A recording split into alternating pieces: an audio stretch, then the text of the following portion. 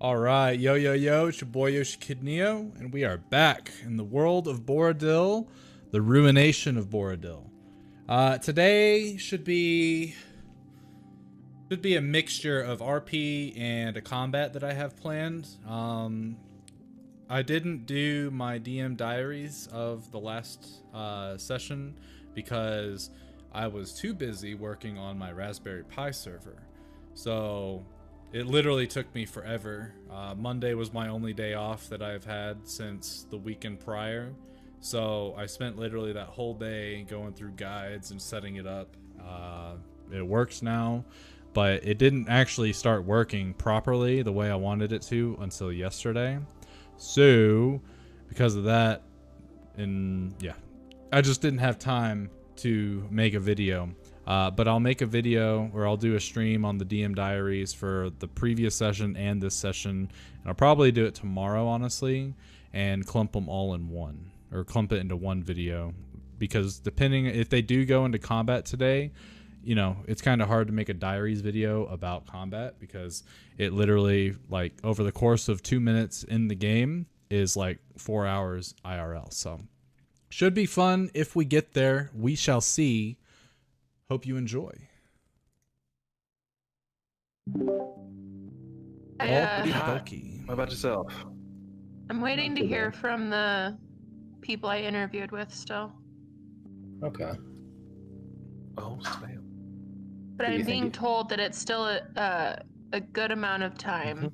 I shouldn't freak out, but I still am. So. Yeah, of course. But yeah, this is your livelihood.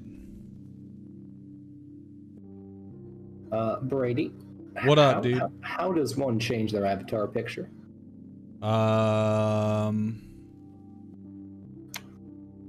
Like Lloyd's avatar picture? Yeah. I believe. Oh. I tried doing it, but it didn't work. Okay, hold on. And my duder's upside down. I don't know how to fix that either. Yeah, so the upside down thing, I think you hold control and do the mouse wheel. Okay, yeah, you are correct. You are correct. I remember I fucked that like a week or two ago, and I just Yep. I think I have that saved, that picture, but I want to double check if I do. I'm like pretty sure I do. Okay. Let's see. Do you want it to be a white background or black background? I think white would work better, but if you could you save the current one I have? Because I don't know if I have that anymore. I have it. The picture? But yeah, I got the original one. I have that one. Never mind, you're good. But the new one. I guess a white background will work better because it's whatever looks better in your mind. Just decided that.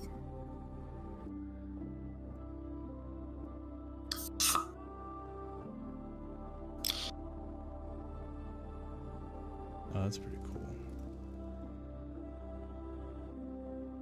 Okay. Let's see. Dude, that took no time. Oh shit. Oh, Guess I'm gonna have to figure out how.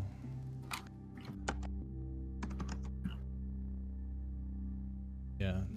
Right now, we'll have to work with what we got. That's fine. But I think theory. Yeah. Okay. I don't know why it took that long. Why it was so drastic, but it was. It was so far away. It was moving like 60 miles. Enhance. Oh, I will. Give me a sec. While I'm doing this, who wants to do recap? I'm currently setting up my stream right now. So. Oh my god. Do I have to redraw that profile picture now? I think, in theory, yes. You just take a and just outline it. It's gonna be a blocky face. All right, so last time we left our party, our campaign was set in. Just noticing some of the It's just taking a while. All right, never mind. Anyway, as I was, you guys had been going through the forest from the bandit camp, heading to a town, a settlement, if you will, known as Grim Meadow, where you were told that you would find some informant that would give you information of your next course. Of course, this was all before Agent J had brutally murdered a man with the aid of Trina and her abilities that have been granted to her by her goddesses, quote unquote. This turned Lord Saxon Carlisle into I wouldn't say enemy, but definitely a little bit more hostile than he was at first. And he told you that since you went back on the deal, that he would go forth with his threat. And that's why you guys are on your way to Grim Meadow. Hopefully to find the informant, hopefully to stop Lord Saxon Carlisle in his tracks. But we shall see. Because on the way, you guys ran into a couple different road bumps. You guys aided a goblin named Ruse. You guys met a dwarf with the last name of Hillhart, first name Halrock. And then the day after all that, you guys ran into two of the bandits that were very similar to the ones that you've already met. And they were setting up the bodies that had been scattered throughout the forest on the way to Grim Meadow. They had butchered them, or at least they had made the kills, and then they took the bodies and scattered them through the woods, just because the boss told them to. They also set up this minefield to delay you all, to give Lord Carlisle as much time as possible. And from that, you guys ended up making a deal with them. Cassiel paid them the gold that they had requested, and they ended up sending one of their own with you guys to lead through the minefield, which added a little bit of time to your travels, but afterwards you let them go and you were well on your way towards Grim Meadow, which you made it there roughly around right before 6 p.m. So where we will be starting our session is you guys are just coming over a small hill, and as you get there you can see a large plume of white smoke coming from over the hill. As you climb to the top and look down into the small valley below, you can see what looks to be a decently sized settlement, and you can see the white plume of smoke, as well as many different carts and carriages all around the town. And that is where we will begin our session. It is currently 5:46 p.m. in game. It is scattered clouds, but mostly clear. So the sun is starting to set. There's a nice orange hue, but everything's still perfectly visible. You still have quite a few hours of daylight left. What does the party wish to do? Well, we see the town. Do we want to head on in? Are they holding the rings, just giving everybody the eye language? I'll follow your lead. Oh man, I was muted. Roasted. Yeah, let's go. Well, Very well. there we go. And I think the horses to go. Okay. So you and the horses start going, and you guys start descending towards the town. Go ahead and everyone roll me a perception check. I will take care of Agent J's.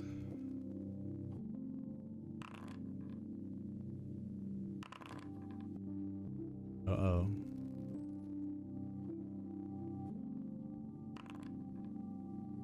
Okay. So as you guys are heading down, all of you All of you notice, you know, the same things that I've already described, except for Dr. Thorpe and Cassiel. There's two things that you guys notice about this situation. As you're getting closer and closer, you begin to worry, like, okay, is this the town? Like, are they getting slaughtered yet? Did we make it in time? And you can actually see some of the same equipment that was used at the bandit camps that are sort of stacked a couple 100 feet outside of the town. A bunch of boxes, some of the crates are opened, and you can see bottles and things like that. As you get closer, even still, you start to smell in the air. You can smell what would reminisce all of you to a meat pie. You can smell it. It's perforated in the air, and it smells wonderful, actually. It's a really nice aroma.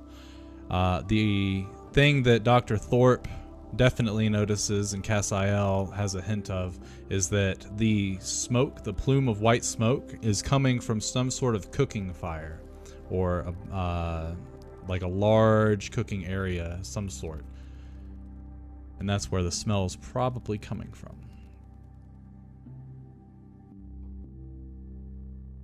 Well, we could probably turn around now.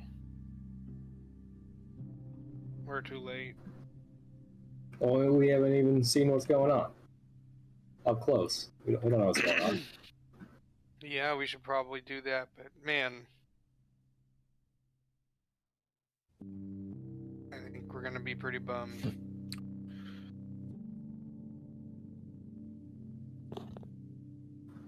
I think it would be smart for the issue, potentially, before we make a decision to just turn and run. I could park aside. Walk the rest of the way in if you like. I think we're expected.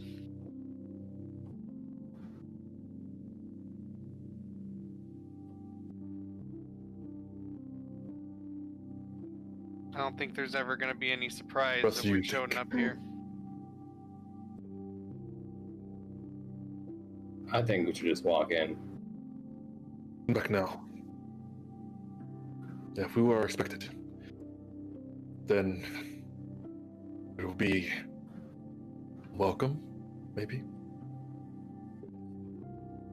I don't know if welcome's the correct term.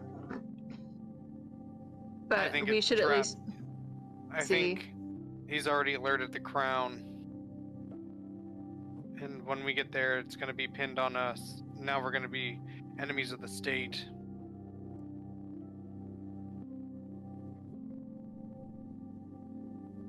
Do you want me to have Beltran check it out?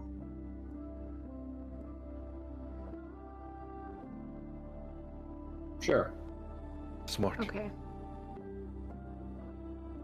So I'll have Beltran go fly through the town, see what's going on. Okay.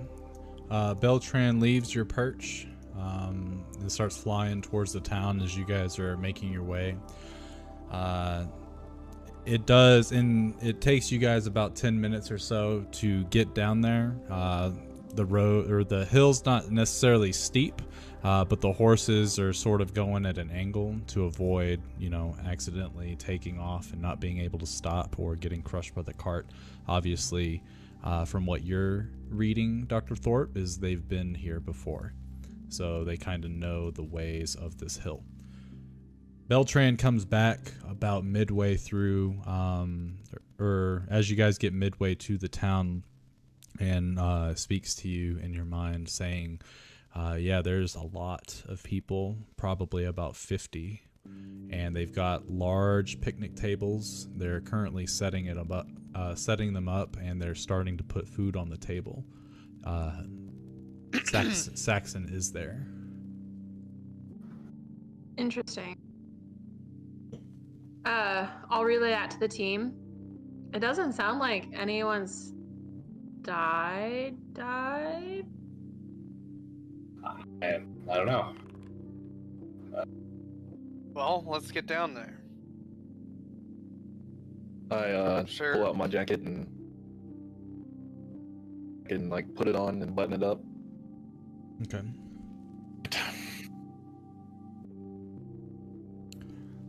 So as you guys roll in and you're getting to where you're 50 feet out or so, where the carts and stuff are, two men hop off of these posts. They are unarmed except for what you can see sort of like on their belt. You can see a dagger and a short sword, but they're not drawn. Obviously, these men probably work with the same bandit crew, but they're dressed like common folk. They're not dressed like the rest of the bandits that you've met so far. They come up to you. Oi! Glad you all could make it. Lord Carlisle's been waiting for you and requests your presence immediately. We can take your cart and park it for you. It'll be right over there, actually. And he points to a location that definitely looks like a spot that was left open for somebody because of how close it is to the town. It's for somebody special. Well, make sure your horses get plenty of food and drink too. Thank you. Very well. Oh yeah. This is a weird situation, guys. It is. I look at Cassiel. I look at Cassiel and whisper to him. Since he has the ability to see the future, he expects this to happen in the first place. Welcome everyone to the first Winter's Festival. Anyone else hear that? Today has been a great day. Well, I'm gonna get closer. I look over in the direction and start walking towards them. All right. They look at you and say, "Yeah, you're right. He saw this.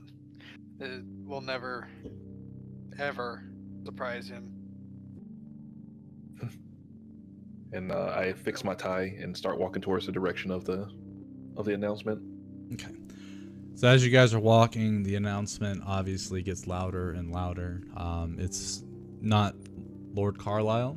It's not his voice. It doesn't sound familiar. But the voice goes on to essentially say a bunch of things about this year, how the trade has been the best it's ever been, but the presence of bandits and thefts have also been at all-time highs as well. He tells of some other things, some small tragedies that have befallen Grim Meadow in terms of a fire that hit the inn somewhere around midsummer. And as you guys get to where the festival is taking place, you're able to hear a lot clearly. And tonight I would like to welcome a special guest. He's the reason the inn is getting renovated and is going to be in tip-top shape by the end of the winter. Construction is planned to start roughly a few weeks after the first snowfall. But without further ado, tonight's honored guest, Lord Saxon Carlisle, everyone. And he stands back and starts to clap. And Lord Carlisle is you can tell based on the arrangement, pretty much every table is filled with all the folks that are more than likely from Grim Meadow. You can't really see anybody that stands out besides the mayor, or at least who you presume is the mayor, the gentleman that was talking, and Lord Carlisle himself. And they are at the forefront, like in a table that is separated from all the other ones, and it looks like it's a little more decorated. It's definitely got more luxurious side items and things like that. And to the right of that, you see another table that could fit roughly 5 people, maybe 6, that is set up, but no one is sitting at. Every table that you see currently has numerous amounts of pies, and they are all look to be of individual size, and they are all sitting in front of all the guests currently. That table that you see is set currently for 5 people. Lord Carlisle stands up. Good evening, folks of Grim Meadow.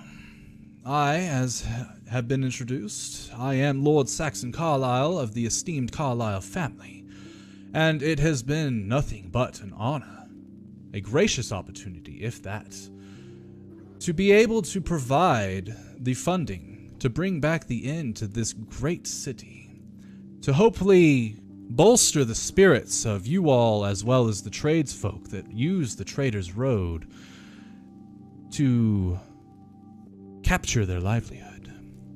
But it was not all me, no. I simply did the easy part. I signed a document and I gave an exorbitant amount of cash or coin over in order to make this all happen. No, we have a different guest of honor tonight. Tonight's guest of honor has just arrived. And as he says that, he holds out a hand and points it directly at you all. These esteemed folks, these are the reasons the bandits have been quelled in the past few days. They have done everything they could to stomp out the threats within this region. And I could not be more proud of my selection in a team to make sure these bandits get thwarted than with these folks. I do not believe they have a name for their team, but I would hope that they would come and introduce themselves. So please, come forward. And he starts to clap and applaud. What's going on, Sebastian? How we doing today? Start walking. Same. Yeah, walk forward. And they all, like, some of them stand up and look at you. Yeah! Yay! Very Fable-like when, you know, when you... That's my man!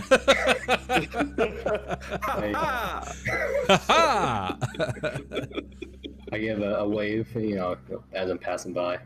Everybody. And as you do, Lord Carlisle stands up and he comes forward to shake all your hands, and he's got this mischievous grin on his face. And as he seats you, he snaps his fingers, and a couple of men run up with a few bottles. Would you prefer wine or liquor with your meal? Wine is fine. Yeah, wine is good. Whiskey. Very well, very well. And he looks at them, he looks at the bottles. Get the good stuff for them, please. And he nods his head and runs off. And those of you that say whiskey, actually, what is Agent J and Trina's order? For me, thank you. Oh, but I insist. You're gonna need it. I have drinks here. Very well. If I get Water for the thirsty. lady. Does Alright, Agent J have a... Yeah, I'll take water as well. Okay.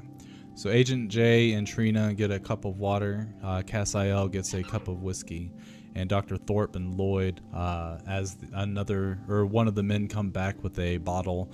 And I wouldn't say that either of you are like super like winos or like into it or anything like that, just based on backstory and whatever. But you can tell there's just based off of the bottle that this is definitely some like really fancy shit that you're about to get poured. The gentleman uncorks it and Lord Saxon holds his hand out. Allow me. And he grabs the bottle and begins to pour your glasses. And he does this for the wine, he does it for the whiskey, and then he does it for the water. Again, I could not be more proud and more thankful for your work and your efforts. Please do enjoy yourselves at the First Winter's Festival. It's gonna be fun. I shoot him a smirk. Yeah. Thank him and take a drink. Okay. And the wine is exquisite. The different combination of flavors as you start to take your first sips are mind-blowing. You're like, wow, I've had wine before, but it's never tasted this delicious. It's never been this smooth. The whiskey for the Cassiel, if you take a drink, is also very delicious. It's very rough just because of the way that, you know, liquor is, but it's still got a nice smoky smoothness to it. And then the water, of course, is water. It's not any of that Fuji bullshit, but, you know, it's probably tap, if that.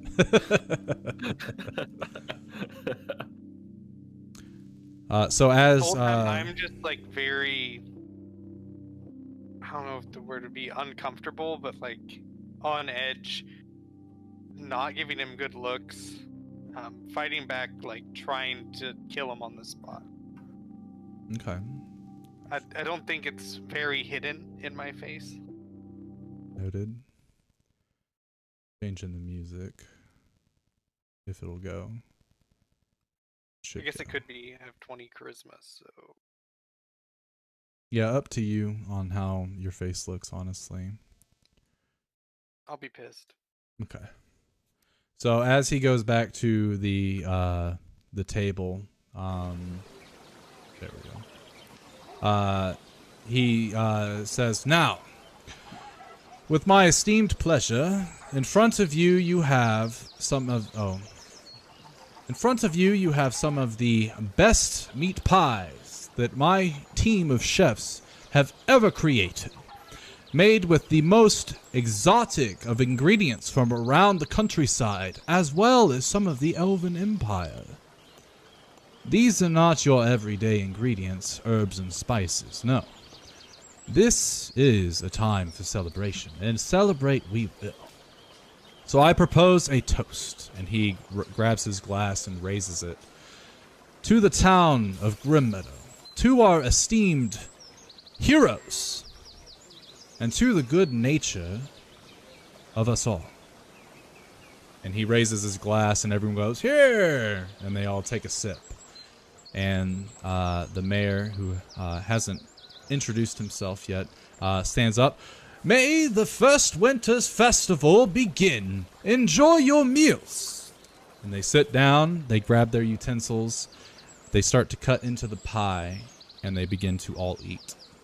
What does the party wish to do? How far away is our table from everybody else exactly?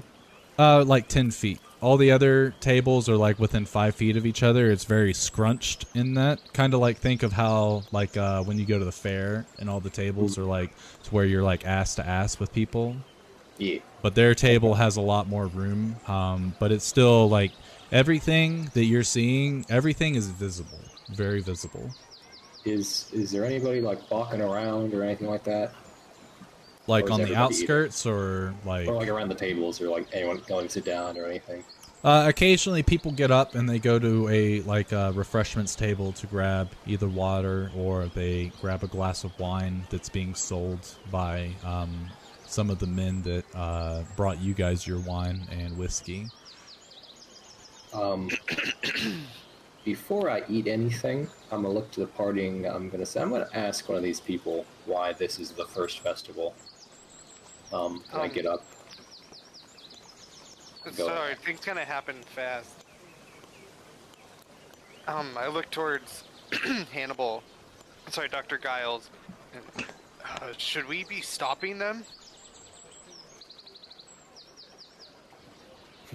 I'm worried that the should food see might be what will poisoned. And I whisper that to them. Oh, I'm worried they're people. Didn't even think about that. I think we should see what would happen. He told him he was gonna grind up a settlement and turn them into meat pies. How are you Don't surprised that remember these are human meat pies? That was his Y'all need plan. to. Can y'all hear me? Yes, Yeah. we can. Yes. Okay. I tell the group, y'all need to, or we need to figure out if this is what it is. I can stop this right now. Nah. Do you not want to have a subtle approach? They're eating fucking pies made of people. Is that subtle We don't. enough? We don't know that, but we don't Oh, want him worst to. case scenario, we're wrong. Yeah, that is. Yeah, that They would do you're nothing. right. Worst case scenario, they're kidding. So check this. Chill, my man, chill. How? This is what we'll do. Y'all look around. See if y'all can find anything. I'll try to distract the people. Is that a plan? I'm How are you going to distract everyone? I get up and kind of rub my hands together and say, "You leave that to me." I'd like to inspect my meat pie and see if I can identify what kind of meat is in this meat pie. Go ahead and roll a investigation check. I'll do the same with my, Okay. Human. my cook utensils. Okay. Let me roll this real quick. Is there music playing, Brady? Like, There is. so there's a band? Yeah, I would say so. Yes, there is a band that's playing stuff in the background, and everyone's talking and laughing and cheering. Okay. I guess I'll let y'all give what y'all want to do off first, and then I'm gonna do what I want to do. I'm gonna get up and start asking people like at the getting more refreshments and food and stuff like Okay. about the festival and why it's the first one. Okay. So as you're all doing your stuff, Dr. Thorpe starts to dissect his food, as well as Cassiel starting to like look through it and kind of play with it. You guys do notice as you're doing so, Lord Carlisle is eating, and he's looking over, and he's got a very, very large grin on his face. Dr. Thorpe, you're going through and you're taking out large chunks of the meat and you're kind of cutting into them, but the way that they're falling apart, you don't believe that that is human meat. More than likely it's beef, maybe pork. And you take a little taste of it just to verify, and it's the same sort of texture that you're used to with those types of foods. Cassiel, on the other hand, as you're going through your meat pie, you feel with your fork and knife, you feel something a little lumpier than everything. Everything else seems to just fall apart the moment you touch it, kind of like a really, really well done pot roast. And as you dig it out, you see the tip of a index finger. How close is Carlisle to me? He's within 10, 20 feet.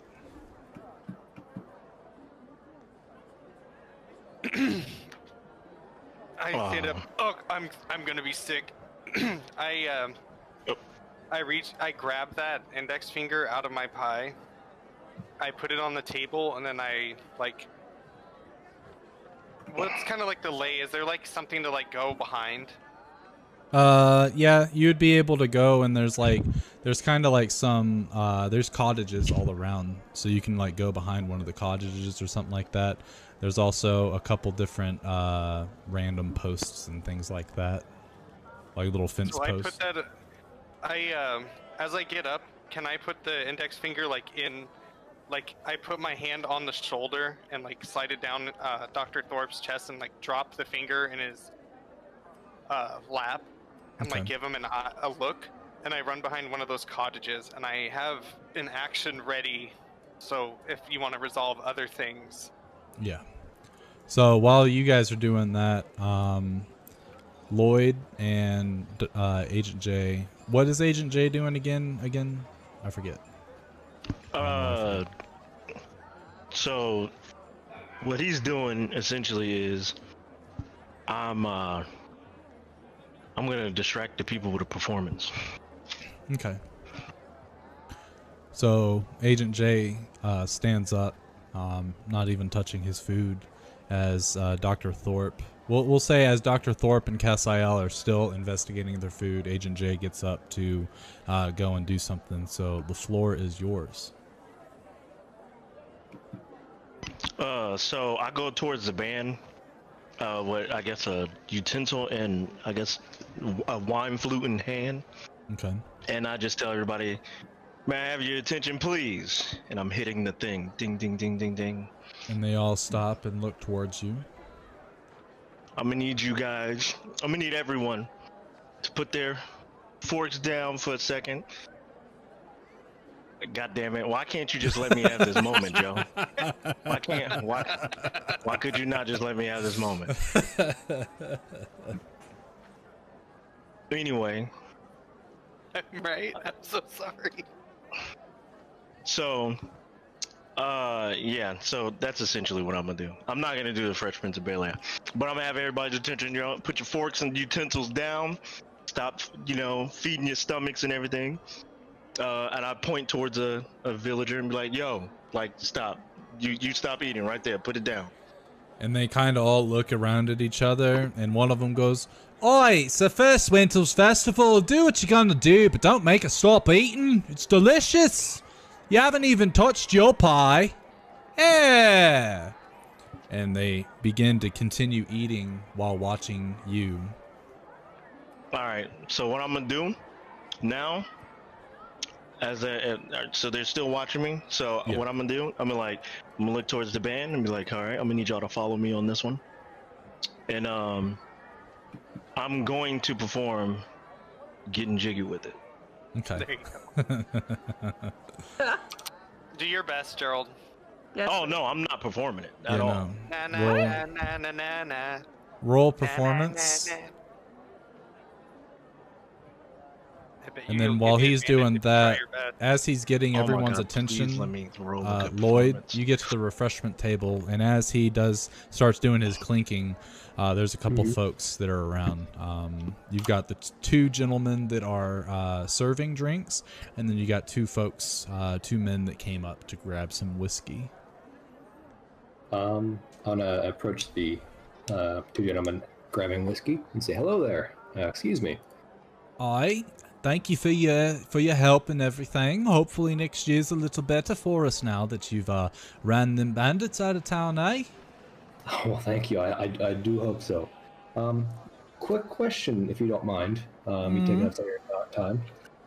I'm not too familiar with Grim Meadow. I was on the way here and helping with the bandit situation. But why exactly is this the first festival? Aye, it's the first Winter's Festival. We have it every year, roughly a 10 day or so before the first snowfall. So it's our way of celebrating a good year before we get into the worst part of it all. Because the first winter is always the worst winter. What do you mean by first winter? Well, out in these parts, we ain't got a lot of utensils or resources and such like that. So the first snowfall is usually a foot, maybe two, if we're lucky, of course. So it's kind of troubling for smaller towns like ourselves, because if you get snowed in, unless we're able to get ourselves out or something, you got to rely on what you got inside.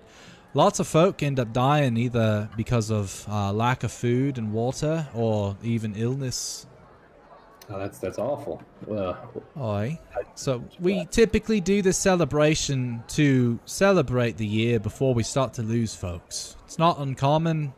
We've had a couple times within the last decade or so where we've come out unscathed, but other towns and settlements ain't so lucky. In fact, I think just last year an entire settlement ended up catching some illness, some sort of plague, and they all died inside their cottages. No one even knew they were gone until the spring hit. Very sad. What do you guys do to clean up their bodies, and who does all that? This seems like a common occurrence. Well, I mean, we have volunteers usually. Crown doesn't really pay us much attention. We're just really a crossroads, a crossing for traders. So as long as the trades are getting through, they don't care much about us, unfortunately. But we just take a group of volunteers. After the snow starts to melt, we go and do as much as we can in terms of sending supplies to other locations that aren't as fruitful as Grim Meadow. I'd say in the region, Grim Meadow's probably the largest, followed by Burkton. But that's because we're right on the Traders Road. I see.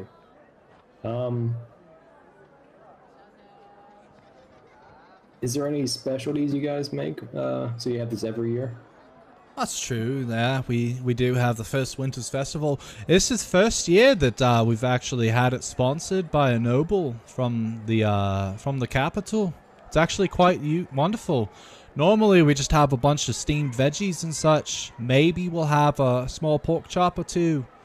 But now we get a whole meat pie, and it's rather delicious. Have you had yours? And he glances over at your table. Ah, doesn't it look like you and your friends really like it? We just got into town. We'll make our way over there soon. I just Aye. had a few questions. If you don't want your pie, though, I'll happily take it from you. Already done with mine. And he slaps his stomach, and you can hear the sort of like the the clap as he does it, and like the patting sound. And you can hear the, I guess, the mixture of water and food as it sloshes in his belly. Mighty tasty, I'll tell you what. Best food I've ever had.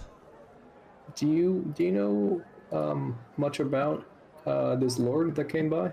Does your mayor know much about him? I'm certain the mayor knows about him, especially because he's been around for the last couple weeks now. He said that after the fire that happened over the summer, that he was going to pay for all the renovations to the inn, as well as donate to make sure that our town is spruced up and a little better for next trade season. From what I know, he owns, his family owns quite a bit of property up in the northern land. I believe the wine that we're tasting here is actually from his very own orchard.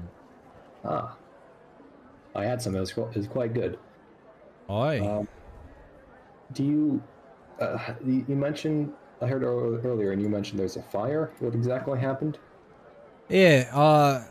About midway through the season, one of our guests, I guess, got a little too drunk, a little too rambunctious, ended up knocking over a couple of the candles in the inn late at night and starting a fire.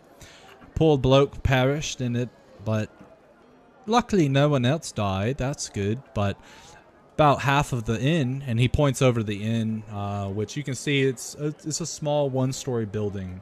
But like on the front side, you can see it looks somewhat pristine until you get to one of, I'd say the right side from where you're standing. As you look at the right side, you can see the scorch marks, and you can see that most of like the roofing and the wooden walls and support beams have all essentially crumbled. The cobblestone that was used is perfectly fine, but you can definitely tell that in its current state, it's definitely at least half capacity or something like that. We've been able to still utilize it, and we've actually had some traders stay in folks' homes if they had the room for it. Okay. So we were still able to make it through the trade season. So that's pretty good. One more question. Have you ever, in the last couple of weeks, have you seen anything fall from the sky? I mean, I've seen leaves start to fall, if that's what you mean. Or I should say, like at night, like a star or something. Has anyone seen something like that recently? No. I mean, we've seen some shooting stars and things like that. They usually fall a lot this time of year. Okay. Are you chasing stars?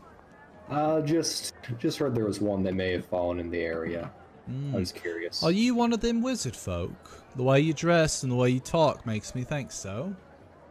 Oh, I dabble in learning about all sorts of things. Ah, that's rather excellent, actually.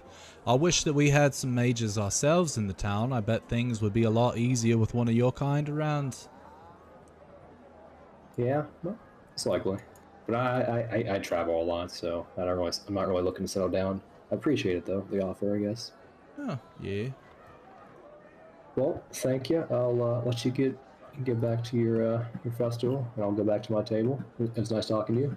All right, so you the same, and thanks again.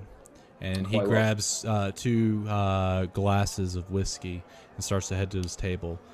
I have to use the bathroom real quick. I still have my headphones on, so I should be able to hear you as you discuss something. But essentially at this point, Agent J has started to sing Getting Jiggy with it, and as he starts to go into it, like, he keeps changing like the speed and the flow of his voice, and or the words rather that he's singing, and the band's trying to, they start playing a tune that somewhat matches his flow, and then he switches it up, and they look at him, and they start to look at each other and shrug, and then they just start playing random stuff. The performance by Agent J is superb. It's really good, but no one seems to really enjoy it because they don't understand most of the words that he's saying. Not to mention the band's lackluster performance and following up with him. They definitely weren't prepared for this this type of performance. As this is happening, midway through his performance is when Cassiel grabs his stomach and says, "I'm going to be sick," drops the finger in Dr. Thorpe's lap and heads to the starts to walk towards the backside of something, or one of the cottages, I think you said. And I'm going to use the bathroom real quick. But I still have my microphone.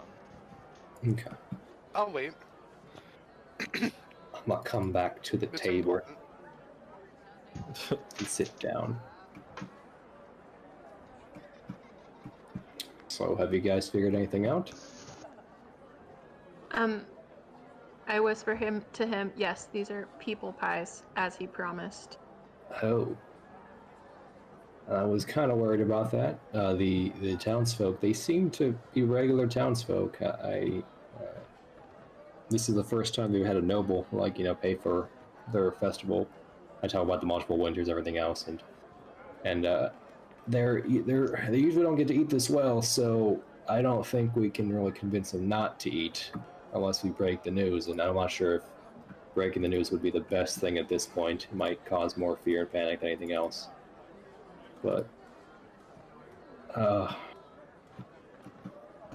where's everybody else at? Where I look for the other two? We'll say as you are saying all that stuff, that's when Cassiel says he's going to be sick, stands up, does his thing to Dr. Thorpe, and walks away.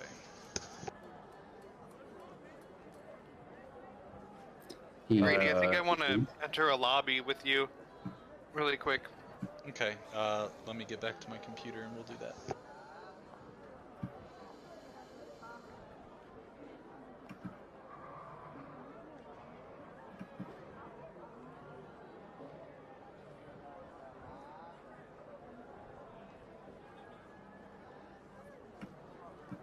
Alright, so Cassiel walks away, goes behind a cottage, and was never seen again. Just coding. Alright, just you and me. So you head behind the cottage, and you can see behind this cottage, there's other cottages that are a little further away. You can't see the festival. At least I assume that was your goal, so you get to the side of the cottage where you can't see the festival I need and the people Saxon eating. not to see me and most people not to see me. That's all. Okay. There are a couple of folks on the outskirts where all the wagons are, tending to the horses, but they don't seem to be paying you any attention. Okay, do I know what a griffin looks like? Go ahead and roll either roll nature.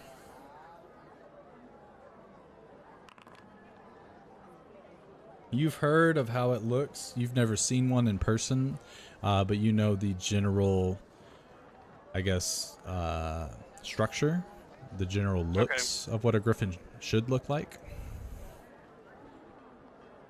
I'm not exactly sure how major image really works, but would I be able to get a convincing griffin if I cast major image, or would I know to try something else? I would think that major image would work. I mean, I don't want to if everyone's seen a griffin, I feel like my character would know, fakely coming up with what I think a griffin would look like compared to doing a dragon. But do you know what I'm saying? Yeah. So I will say, yeah, you should, with the nature roll, you should be able to pull that off. Yeah. And with the way with the way that major image works, it should be fine. Okay. So, I'm gonna cast major image, and I'll start it up pretty. I'll make it as high as I can, but I'll make it small so it looks like it's high up, and then I'll slowly have the griffin the giant. It's giant, right? We've heard that it's extra big. So with major image, I don't think you can change how it looks as the You can call it make different sounds at different. Let's see. Creature, move it, and alter the image so it appears. Yeah, so you can alter it to make it look like it's walking and stuff like that, but you can't change its like Shut up, size. Charlie. Okay. So I'll make it like just appear as far away from me as possible, like coming towards the town, and I'll make it as big as it can be, so the 20 by 20. And I think we've heard that it's an extra big one, right? Correct. You have heard that, and you can make it appear 120 feet away from you. Okay. So I'll do that, and then but first I'm gonna make some like hurling noises, and then I'll cast it, and then I'll run, and I'll like scream, "Oh my god! Oh my god!" I guess I can do that. I can RP that. Okay, cool. So Cassiel walks away from the table as Lloyd gets back. Lloyd is able to divulge a little bit of the information he's gotten, and in the middle of what he's telling you guys about, you can hear the hacking and barfing of Cassiel from beyond the cottage.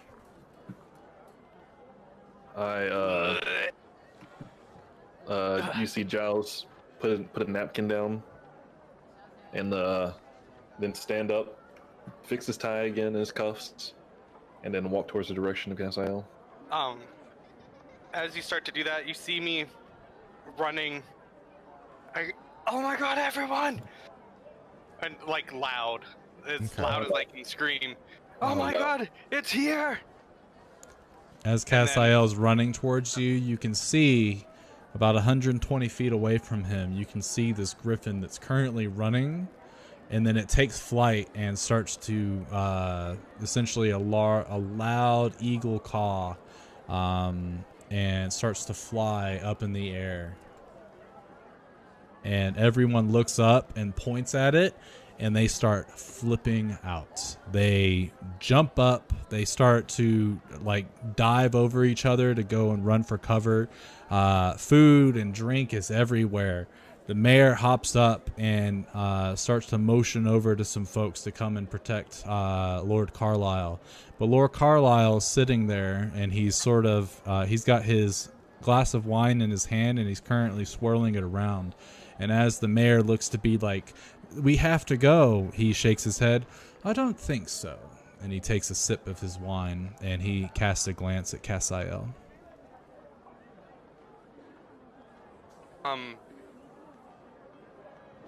I say I'm gonna enter my thing. So can you switch my character out? Oh, and also, shit. Is there a free seat next to Carlisle? There is, but there's a griffin currently flying around. Hold on, one of my things is not working, I think, because instead of having, I gotta figure out that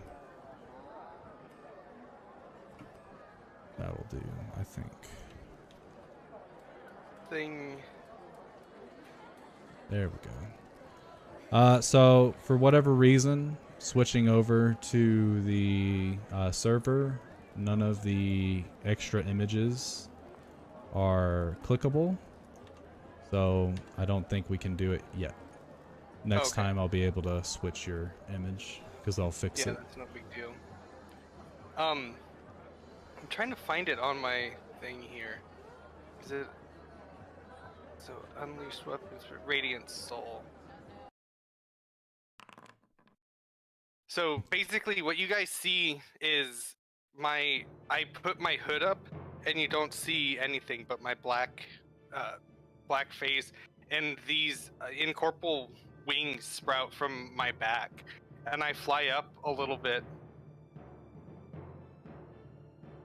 Evacuate the city. And I point my sword towards Carlisle. Okay. So as the griffin is flying around, doesn't seem to be doing anything in particular.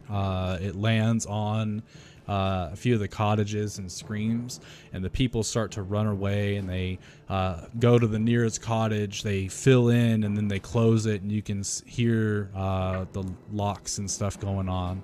The mayor ends up leaving Carlisle, and he sits there, and as he does, he shakes his head. Pity, really. I thought we were going to have a quite nice evening. And as Cassiel is floating a few feet in the air with his angelic wings, he's got his sword out and is pointing it towards him. And he stands up and holds his hands up. He's like, I don't know what this is about, but you can stop the charades.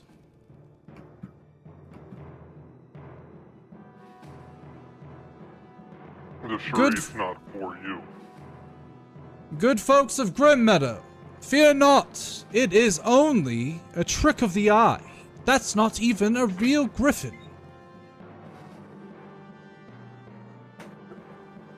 And you can see the people starting to like peer out the windows and stuff like that. There's nothing to fear. He grabs a roll and he tosses it towards the griffin. And as the griffin tries to take flight to get out of the way, it passes through and flies on the other side. See? An illusion. Your friends... Really think they can hear you through all their panic? I didn't hear what you said, sorry. And running in cottages? I didn't quite understand you. I apologize. Your voice has changed, I can tell that. You are quite scary looking. I'll say you're scarier than a griffin, that's for sure. I asked, do you really think that they can hear you over their panic and hiding in their cottages? I believe that they've been attacked by a griffin before, and they know that usually being quiet is the best motivation or demotivator of a griffin. So yes, I do believe they can hear me. And you hear some of the locks. I'm going to use Hrothgarm's ability to cast Dispel Magic on Lord Saxon. Okay. So you point your sword, and there's this this jolt of energy that shoots out, and Lord Carlisle just holds up a finger, and as it's about to reach him, it dissipates with no effect. No, that won't work this time. I'm fully prepared. I tell you. And he stands up onto the table. Good citizens of Grim Meadow, I seem to have... I interrupt him, and I grab the finger. I say, good citizens of Grim Meadow, this man has been feeding you human meat pies. That's preposterous. And he looks towards one of his men. I thought I told you to throw that pie out. And a man comes up, and he's missing a finger. Sorry, sir. I forgot which pie it was. I chopped me finger off, and I'm deeply sorry for that. An honest mistake, but we can get you a new pie. There's no reason to be this upset, good friend. Truly believe that I would believe someone cuts their finger off and leaves it in a pie. Aye, when you're throwing on, when you're creating this many batches, sure. No. Oh, I lost my finger as I cut it off and forgot it in a pie. That's not gonna. So he shrugs and sits back down. Good fellows, come back, enjoy the festival. Let us have fun and delight in this year's great achievements. And he sits back down and begins to cut into his pie and eat it while looking at you and smiling. I look toward that's not the Santa. party. What do I see from the party? That's a good question. What do you see from the party? What is the party doing in all this? I'm just sitting here. Trina's standing up at the ready in case something happens. Jay ran.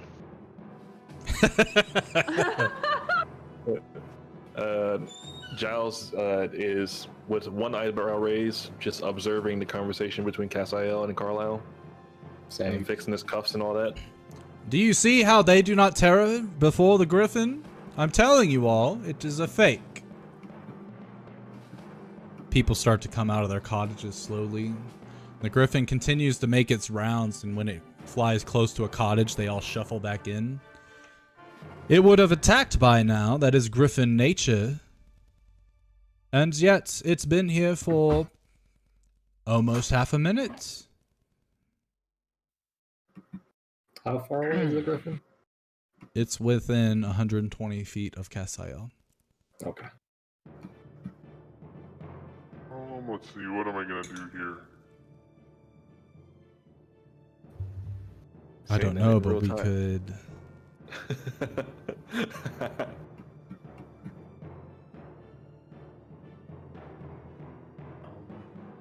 Where's the thing I'm looking for on here?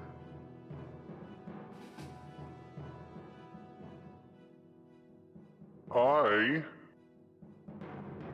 am going to activate my sword special thing, unleashed weapon. Okay. And then I'm going to cast darkness where Lord Saxon is. Alright, let me get... And then I'm going to move in and attack him. And I'll cast my major image now too. To consume.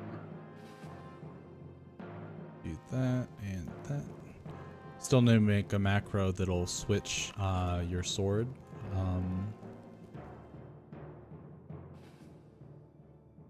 We don't need that. Correct. So you guys watch Probably don't as need this one a... either. Yeah. You guys watch as a globe of darkness appears where Lord Saxon was sitting, or is sitting, and you watch as Cassiel swoops in to the darkness.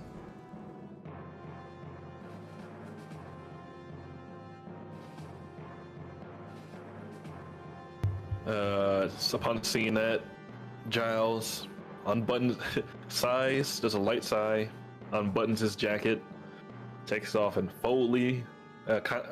neatly folds it and puts it in his bag, and preps his blades.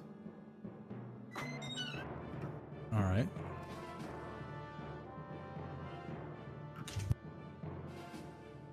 I just continue to sit here and drink my wine and watch everything happening. All right. So Cassiel, you fly in. Go ahead and roll your attacks. As I say, your treachery will not go unpunished. I will roll my attacks. All right. Both of those do hit. And then the radiant damage is also added.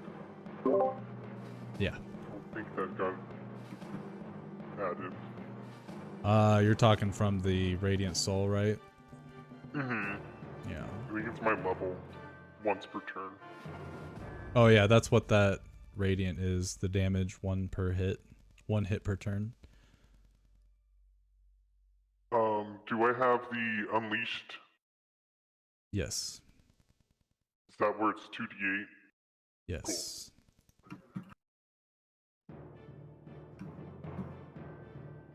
So both your attacks hit in the globe of darkness, and as that happens, Lord Carlisle stands up and starts to walk out of the darkness very casually.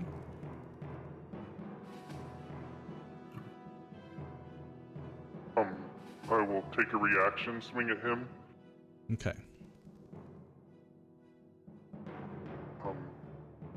Do I have advantage from the darkness? No. He can't see me, or he must be able to see me. That misses. So as he starts to walk away, you swing and he casually ducks. And he turns around to look at you and he starts to speak as he... Let's see. Oopsie. Hopefully my wisdom save is good. Yeah, do a wisdom save for me. So as he turns around and he looks at you in the eyes, you can see this fierceness in his eyes. And all of a sudden, you forget everything that you've just known about this man, and you deem him as your most trusted ally. I tell you, Cassiel, please, in this charade, I don't believe the people need to see what you're capable of. They believe you. You're right. What shall I do? End all of your magic, put your sword away, and eat your pie. This one is ready to comply.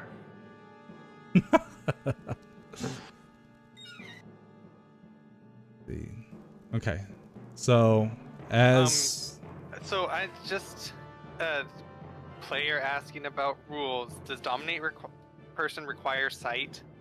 And if so, is he able to see me in the darkness? he is able to see you, and yeah, And it doesn't matter. Yeah.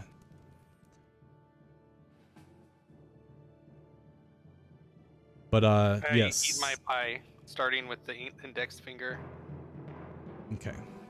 So the darkness can I slap drops. it out of his hand first before he starts eating it? Yeah, as he goes over Like and starts as he's to eat. bringing it up to his face, I'm gonna like slap it out of his hand. Well, I think Dr. When Thorpe I am has the compliant. Dr. Finger, Thorpe yeah. has the finger, Oh, so wait, he just goes to grabbed eat it the out of his pie. hand and held it up to yell at the town. Remember? So I still have it. Or was No, on you the dropped it in ground his where I lap. was. No, then I grabbed it from him and held it above my head and yelled at the town that you guys are being fed humans. And then the dude was like, "But my finger fell in the pie." So then, so I have the finger, and I sit down, and I put it down, and I start to eat the finger. Why I are still want these to not try and being- slap it out of his hand. Okay. I will say that it is a acrobatics check on both your ends, a contested one. I need to figure out why my NPC rolls aren't private. You Shit. try and he moves it out of the way, throws it in his mouth and starts to chew. I must comply. And Lord Saxon, he starts to Get it brush out of his himself mouth. off, and he looks around. You see, he just wanted to show you what they were capable of, and they are quite capable, I assure you. That griffin, the one that you've heard about in these areas, the one that has been plaguing this town, they have personally said that they will see to it.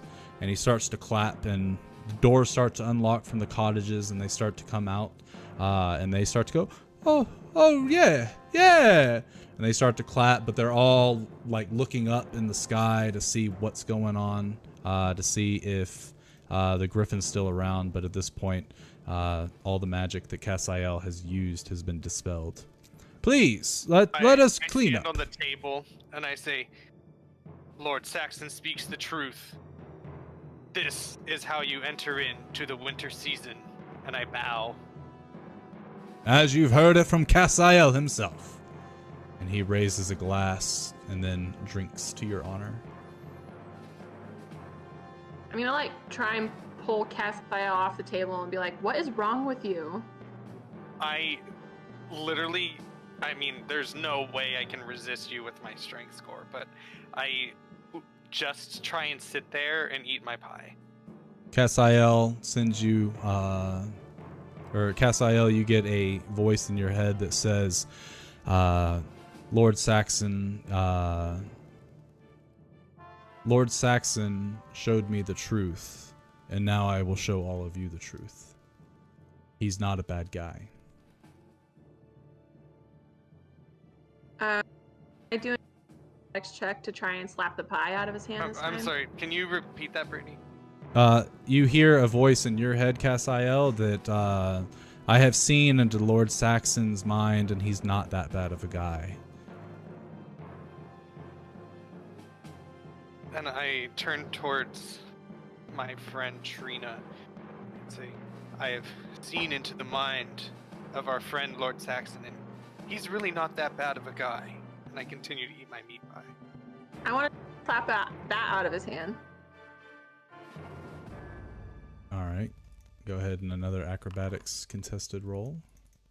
I think I fixed it. Okay, so as he goes in for the bite. All right, that's private now. Good. As he goes in for the bite, you do smack it out of his hand, but he goes right in for another one. I'm going to do it again.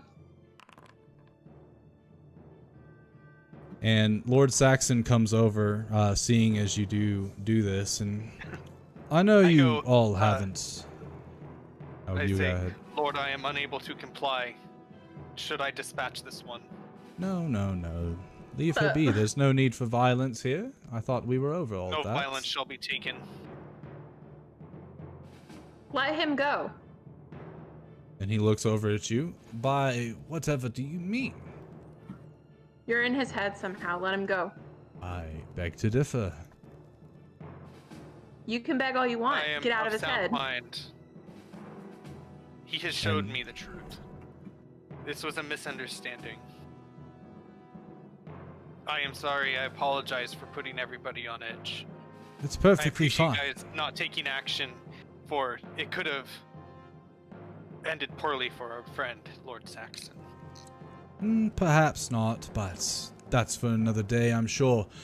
If you would, I would like to speak with you all privately while everyone cleans up and gets ready to put the festival away now that it is. And he looks around, and you know everyone's still on edge after seeing what they've seen. Ruined. Let him go first. Fine. I prefer the way that I am. Do not do anything. And as Don't Lord listen to him. Saxon Let him walks go. towards the crowd and starts to speak, my folks that I have brought here, they will start to begin cleaning up. There are additional meat pies if anyone wishes to have any more. I understand that the festival is a little uneasy at the moment, but please, let us all gather again and have a delightful time, shall we? The night is still young. And after he's done, he turns around. He starts to walk towards the cottage that Cassiel went towards, but on the far end of it, and begins walking towards in between two other cottages before going behind. And then Cassiel, you feel like yourself again, and you feel this rush of anger and frustration.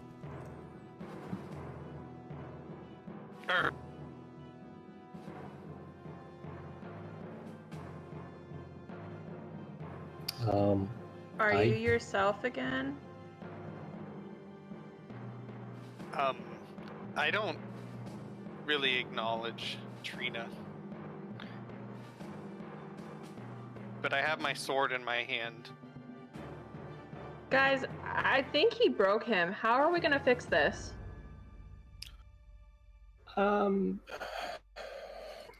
I think we need to get out of here. Let's go take Lloyd, a talk. Lloyd, you have a voice in your head. I'm sure you know by my voice, but this is Lord Saxon. If you would please come and talk, we have much to discuss before the main event. I'm gonna go talk to him, and I grab my wand and my pie, and I go. I guess that's all you're fucking good for. I look back at him. I see you're a bit testy. Anyway, I'm gonna go, and I start to I walk. ate a finger. I tried to stop you. I at least got the pies away from you. Oh, so he's not trans no more? No. Oh, okay. You could tell instantly I went from being like this one that's ready to comply to the most angry angel face you've ever seen. So Lloyd goes and follows Lord Saxon. Does anyone With my follow wand with and my him? pie.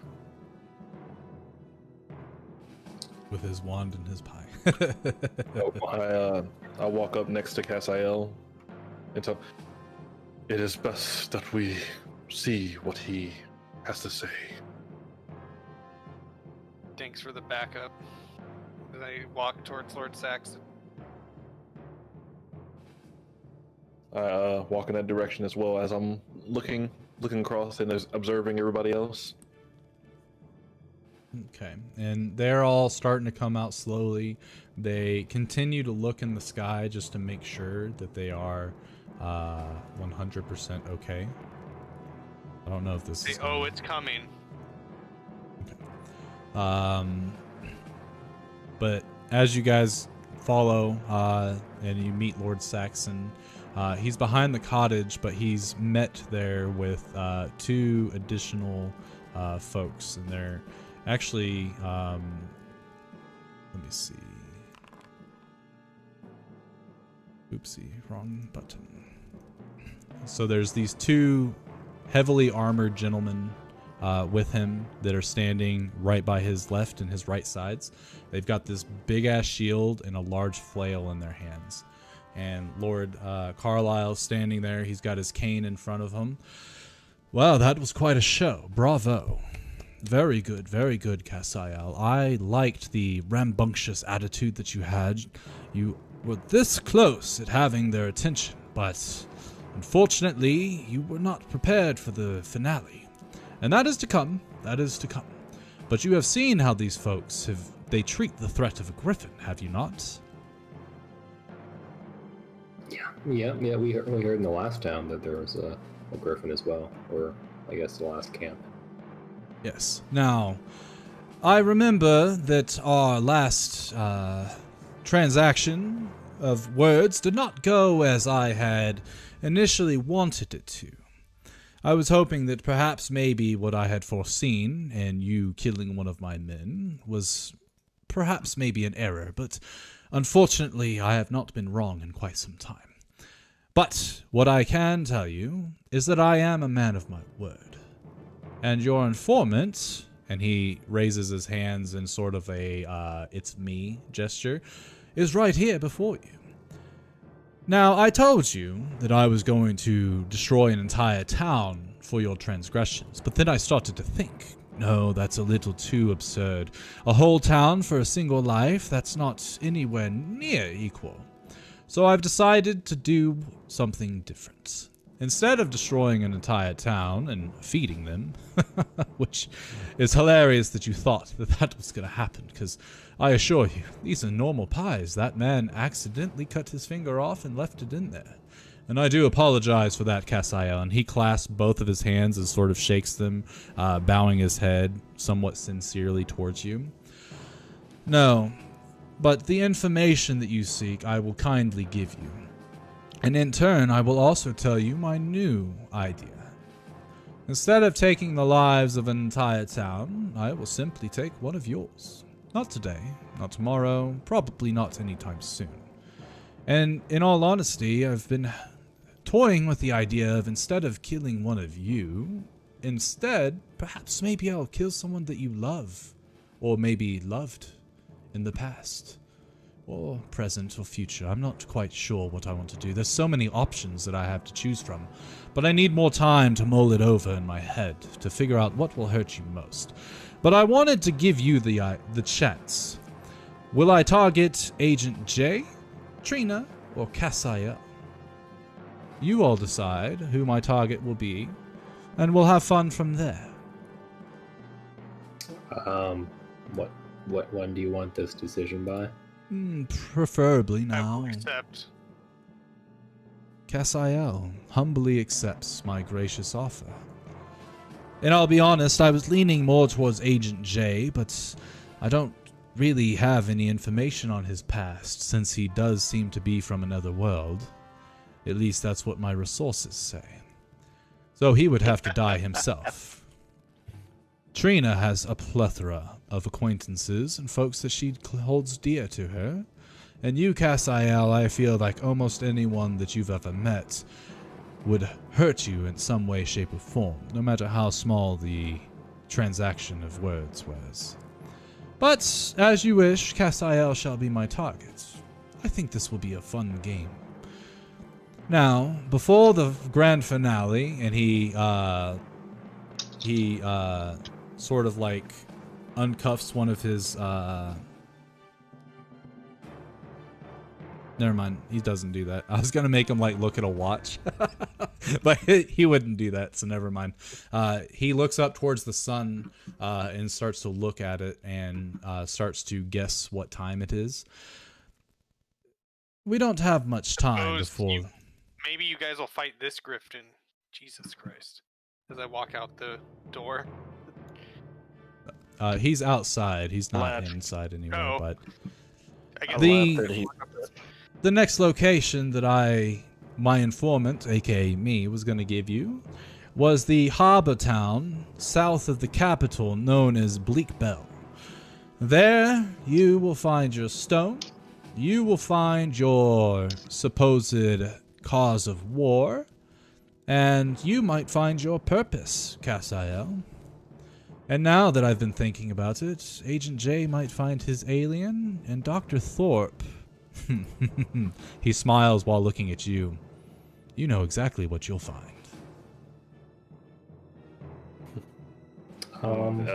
Thorpe just smirks.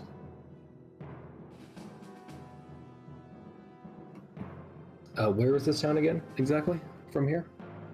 From here, you'll follow the trades road, and you can either go and cut straight through the hills off of uncarved land, or you can take the main road and find a ship from the capital to it. Either way. And it was called what again? It is called Bleak Bell. Bleak Bell.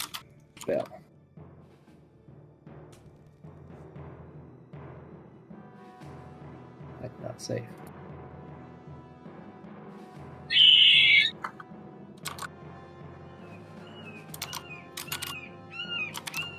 Oh.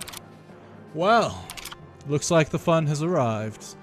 You all have a wonderful time dispatching that, and I will most likely meet you in the capital, or perhaps maybe on the route. Have a wonderful night. Castiel, good job. Very good job. The wine is very good, by the way. Thank you. You're welcome. And he turns around, and the two men essentially close in behind him, and they walk with their backs turned to Saxon while watching you guys to make sure you don't do anything as he walks away towards a cart. And as he's doing that, you hear a very similar sound to the griffin that Castiel had conjured coming from the distance. As you guys look towards that way, you can see this large griffin flying directly towards the town. You can see in its clutches corpses of an owl bear and a regular bear. And as it comes towards the center of town, it drops them and begins to beeline it towards the town. As I see that, I'm going to whisper my word, my saying for my sword. Hello, Have you actually Clarice. made one? Oh yeah, the Clarice thing. Hello, Clarice. And then it's just gonna come out. I say to Castiel, I thought you got rid of that griffin thing. Why are you doing it again? Perhaps you'll help me this time. Oh, and I laugh at that again and point towards the ones that didn't do anything. I'm a cast mage armor. Okay.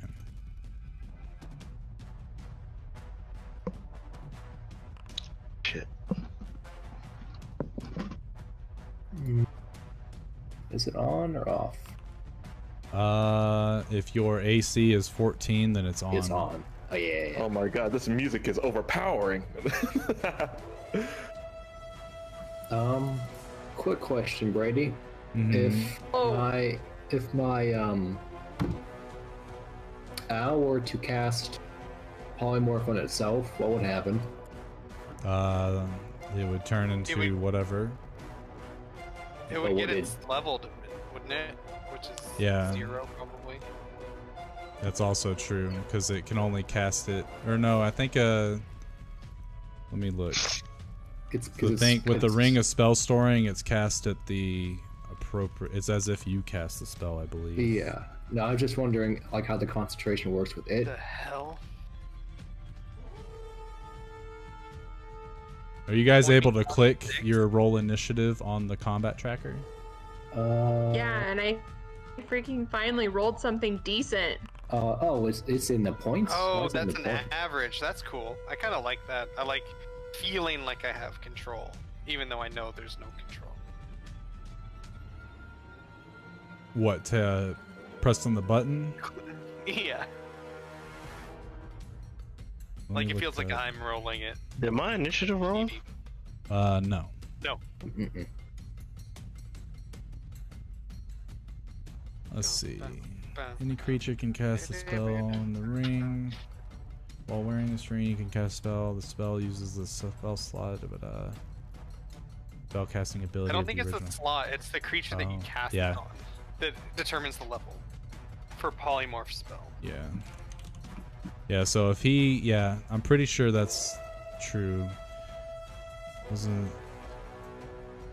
Any beast whose challenge rating is equal to or less than the target's. So if it casts it on itself, it's going to be turning itself into like a pigeon, which is Okay. equal to But if the it casts it on me, I can do whatever I want with it. As long. Correct. Level 8, Okay. or CR 8 rather, and below. Okay. Well, I'm gonna tell it to. I'm gonna think to Mao and say, if you see me in danger, like life or death danger, cast this on me. Okay. And I'm gonna tell it to stay low to the ground and stay out of the vision of the griffin. I need to put Frederick out there. Oh, yeah, and I bring him out as Saw a well. Snoopy character hand out. F.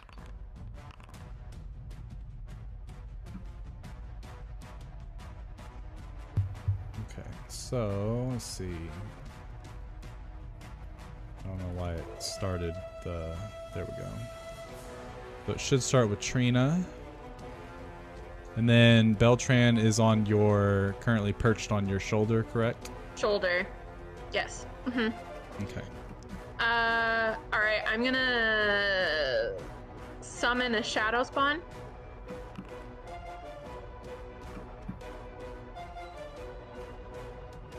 I guess actually, let's see. Let me update this real quick. And we're just going to do that. Update. Cool. Alright, so you should summon a shadow spawn. Yeah. Did you want me to cast it?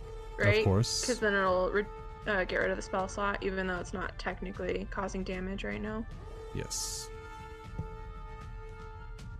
Mainly to get rid of the spell slot so I can also see what it is that it does. Yeah. So you can Alright. cast it within 90 feet of you. And I will put a shadow spirit.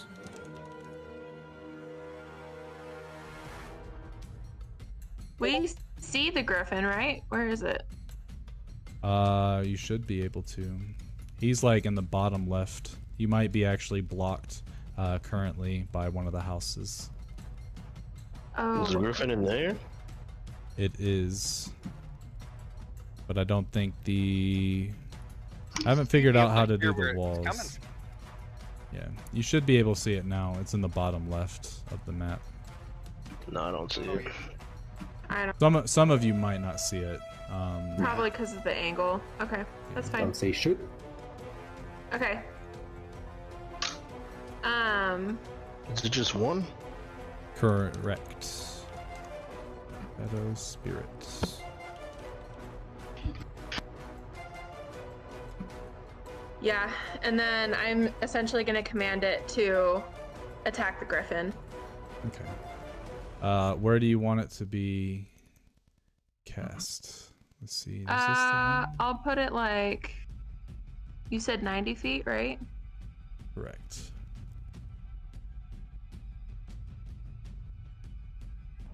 $35 plus 15. It has I'll put it 15. like here.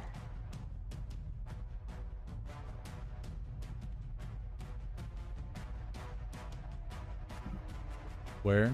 Ping it again? Actually, I was trying to get the... on.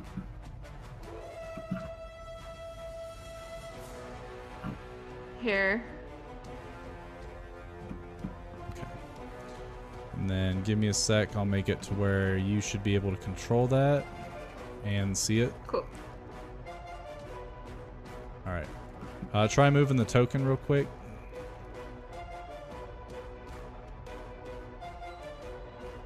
Oh, sorry. I was on the ruler, so it wasn't letting me move it. I cannot move it.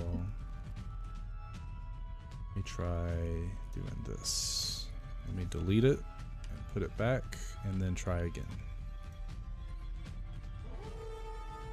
See if you can move it real quick, and I've got to change its sheet. I didn't know you could cast a Shadow Spirit, or I would have this ready beforehand. It's okay.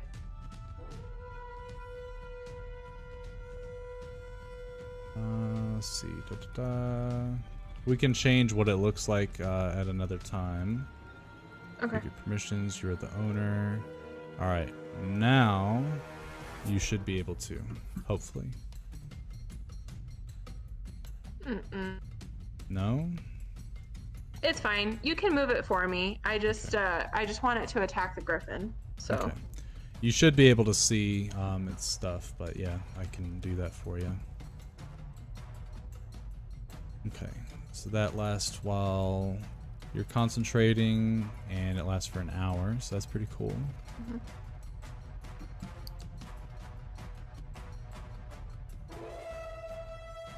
Anything else from Trina? No, I'm gonna stay where I'm at. Oh, I wanted it to be the fear shadow spawn. Just so you know. That works. And you said you're just gonna stay there, so... Yeah. So, I don't have the end turton button anymore, though. End turton button? I don't know where it went. Yep. End turton. Okay. Fox. Foe? Oh yeah, foe, my bad. I'm American. Foe will stay 10 feet behind me as I move. Or 30 feet behind me. Yeah, I'm pretty... Since it's the Find Familiars get their own turn in the initiative, which is why he's got his own role. So you essentially just control him like you would Goopy, but he's not taking his turn on your turn. He's actually a turn ahead of you. Got his own turn. Okay. I'm not getting his end turn. That's weird, but I can do it.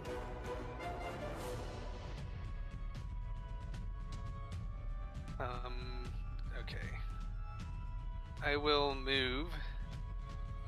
Think. Come on. Select. 10 feet. How far away is he now? 175.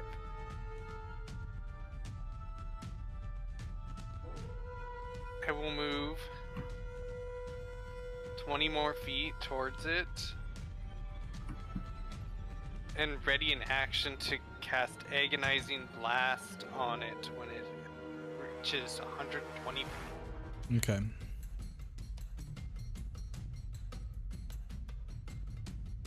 All right, Agent J.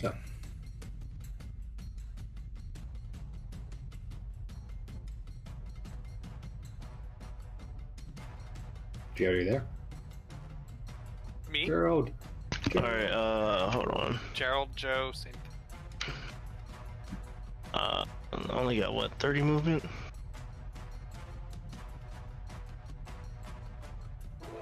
And yeah, I can already see there's a couple kinks that I have to work out. I think not every setting that I had in the desktop version of Foundry transferred over when I moved my files. So I'll probably have to, we'll fix it as we go. And I'll try to get stuff before next session if possible. If you I could, guess. keep a list individually of things that you notice, and then send them to me after sessions so that I can make sure they're all fixed. Okay. And with that, continue, Gerald. Oh, he ended his turn. He passed through me. You are up, Lloyd. Oh wait, Gerald is done. Yeah, that's what intern. Okay. I can't see the griffin. Do I have an idea of what direction it's coming in? Yeah, it's in the bottom right of the map. So you know Okay. it's behind. I mean, actually, you should be able to see it. I cannot. Oh, I see it now. Okay, so I was looking It's like way in the the. hell It's, down there. really, it's literally off the map. Okay. I'm gonna hold a spell in hand until it gets closer. I'm Alright. going to. No, actually, Just I'm so- gonna cast Mirror Image. Never mind. I'm Mirror gonna cast Image, Mirror okay. Image. Yeah, whenever you hold an action, if it's a spell, you are actively casting the spell and you're concentrating on it until you unleash it. So, Okay. the spells I won't be lenient on if you hold them. Mhm. If you're trying to cast something different, it won't work. Okay. But if you change the targets of the spell, that's fine. Okay. Yeah, I just cast Mirror Image and then, so these little things right here, these house, like, can I Yeah. like get inside this, Sure, you could go inside the house. like in the doorway? Okay. Yeah, you can use your object interaction to open it and go inside if you really wanted to. Okay. Is that what you do? Yeah. Cool. You grab the handle and it's locked. Oh. Well, I'm gonna just stay right there though. There's a griffin out there! You're the one that handles it! Well, I thought the door was like open. It's like, I Oh, was gonna no, hide in no, the no. doorway. No. This guy, the lock on the door actually stops the griffin from getting in. Like it's a velocity. No, like I thought it was like an archway. I was gonna like use as cover. Which is funny. He tries to lock the griffin out. I mean, yeah, you can stand in the doorway. I thought you were trying to open the door and go inside and close it and be like, y'all have fun? No. Okay, in that case, yes, you stand in the door frame, looking out for the griffin. And I end my turn. Okay. So as the griffin is swooping in, let's see. It sees you guys, and as you start to spread out, it starts to duck and fly this way. So it gets real low, and you see it ducking underneath the sort of roof and stuff. And you said 120 feet. Fuck yeah. All right, go ahead and fire. As it starts to cross through. All right, that is So a hit. this needs to be cast twice, right? Or is Yes. it appeared again? Okay. It is Yeah, it correct. should be. Yeah, the damage formula is correct. It didn't do what it did with Maeve, where it doubled the damage. Alright, so both of those do hit. What does Agonizing Blast? It just adds your Charisma modifier, right? Yeah. Okay. Alright, so both of those hit, and as it does, the griffin shrieks, and you hear it get to the other side of this house and land and groan on the other side of it. It will end its turn. Dr. Thorpe. Okay. I will move. Hold on. It's my. Okay.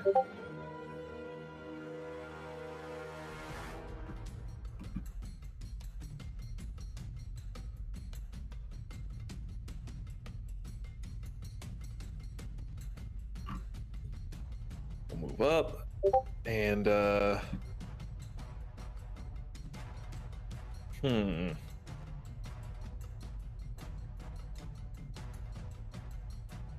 I'm gonna go ahead and yeah, I'm gonna take the dash action. Okay.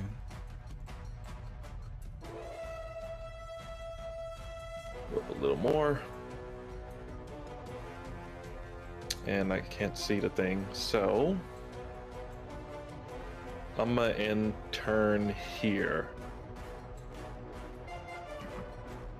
All right. So with that, it becomes Frederick's turn. Is there any place? Where is Frederick at? I don't see him. Oh, there he is. Okay. Yeah, he's a tiny little boy. Tiny dude. Can he, like, I don't know, go sit in the chicken coop? Sure. And he's just chilling with the other chickens.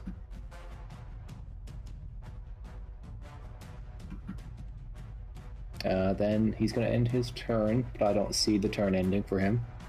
Okay, I think I have to do it for those guys, so it's Okay. Trina. Real quick, I'm gonna give the Griffin flight real quick. Tell me if you can see his token. I'm curious. I don't see shit. No. Okay. So because there's a module that I have called walls, so I can set the walls to a certain height, and if you meet or exceed that height, you can see over the wall. So right now, I've got the Griffin 20 feet in the air just to test it. He can see you guys, but you guys can't see him, so that's kind of unfortunate. I don't know how to get it. Yeah, I think I've got to test it a little bit more to see if there's a way to make it to where things above the wall are seen. But I don't know yet. I don't know. Anyway, Trina, go ahead. I'm gonna walk up 20 feet so that I'm kind of like half covered by this house. And then, can you like ping where the Griffin is? Because I still don't see it. Oh, he ducked behind a supposed house. to. So yeah, you're... Oh. Well, did the shadow see where it went? Yeah, the shadow saw where it went. Okay, well, let's have the shadow follow it.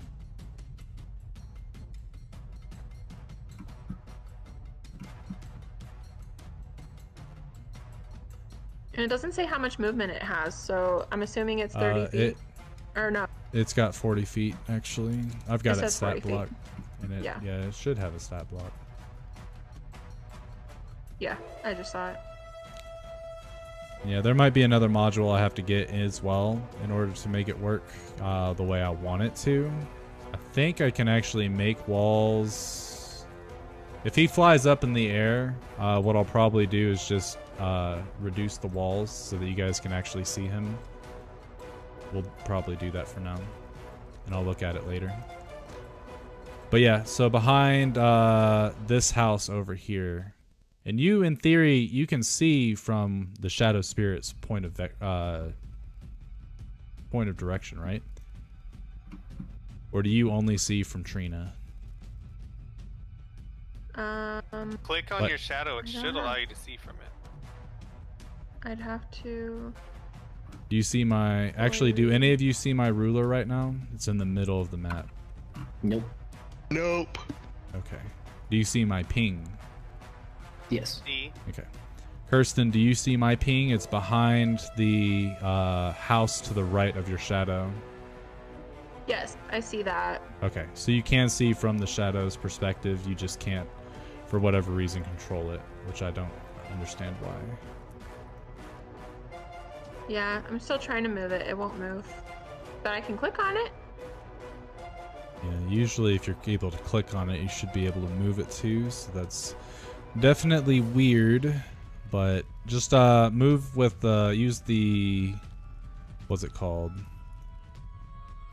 Use the ruler to show me where exactly it goes. Well, because I still can't see where the Griffin is. Correct. So you said the shadow knows where it is, right? Correct. And in But theory, I you would have myself seen it can't too. see. You saw where it So, went. can you move it over there then? Sure. It'll move 40 feet this way. And as it gets over there, there's a hay bale in front of it, and it doesn't see the griffin currently.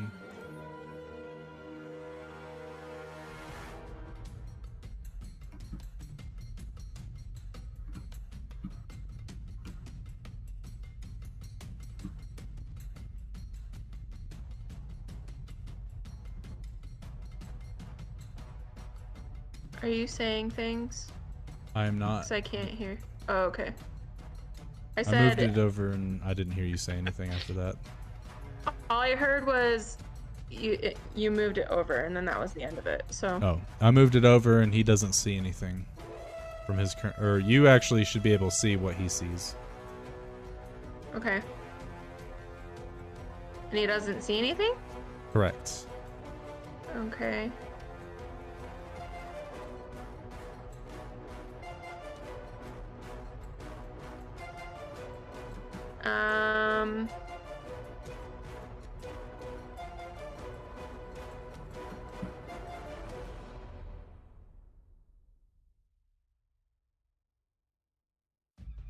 Okay. It's gonna hold its action, and if the griffin gets close enough, it's gonna do Chilling Rend as an attack. Okay. And then Trina is gonna hold Eldritch Blast as an attack, and if she sees it, she's gonna throw it at it. That works.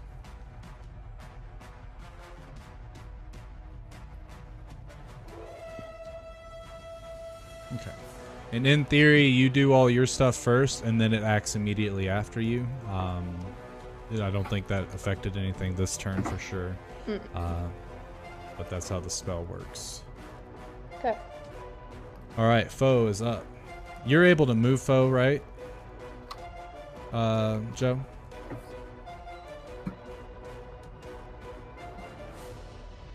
Okay, cool. I wonder why Kirsten can't move the shadow spirit.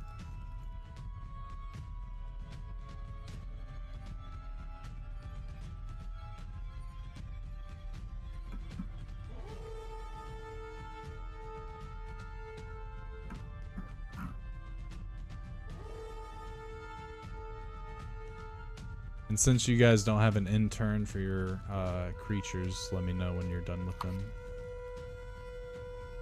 Oh, I've been muted the whole time. I'm so sorry.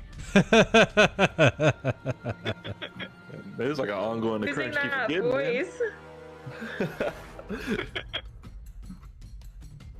It So, legit. I don't have the insert button, so you can take my turn whenever. Why are you upset? It's okay. No, the voice sounds like you're upset the whole time. That's so fucking funny. Guys, I'm so sorry. I just That's so funny. I move this direction and then I will ready an agonizing blast for when it comes in view. Okay. You sound like this one kid I used to know in my neighborhood. Should I have this be Cassiel's voice? I guess that's up to you. I mean, he ate people, so why not? He's probably depressed now. More I'm ammunition. the person that ate a person now. Except for Hannibal on our team.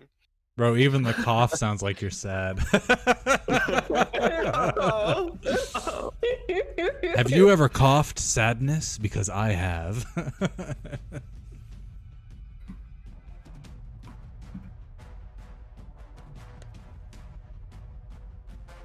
I'm gonna test something, put the griffin at 20 feet, and then I'm just gonna pick one of you, put you at I'll pick Thorpe since he's closest.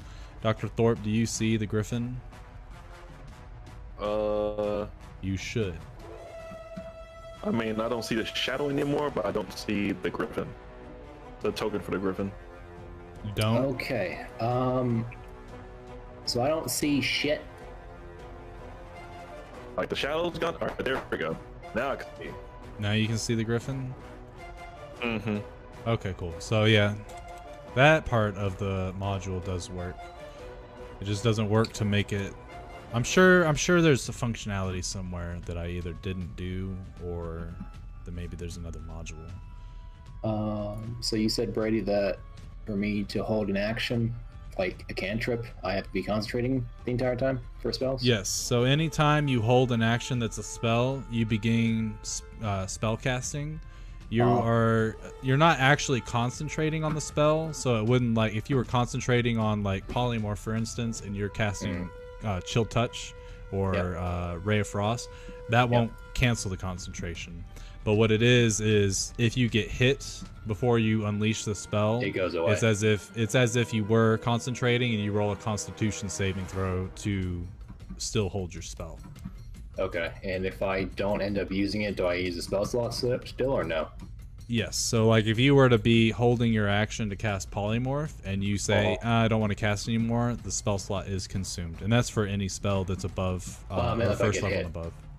Yes, yeah. If it fizzles out at any time while you're casting it, spell slot. Actually, the moment you even start casting any spell, even if it's a held action, if it's first level and above, it is a spell slot. Okay, so how long can I hold it for? Just the turn. If it's an action. If it takes an action to cast, you can't hold it for more than an action. Okay, well, I'll just, I guess, ready Ray of Frost. So, okay, you just sit here, or I'll move to this doorway here and sit under it. Okay. And then I'll tell Frederick to. Oh, he can still see me from here, so I'll poke my head out over right here. Yeah, he's okay. My turn. Okay.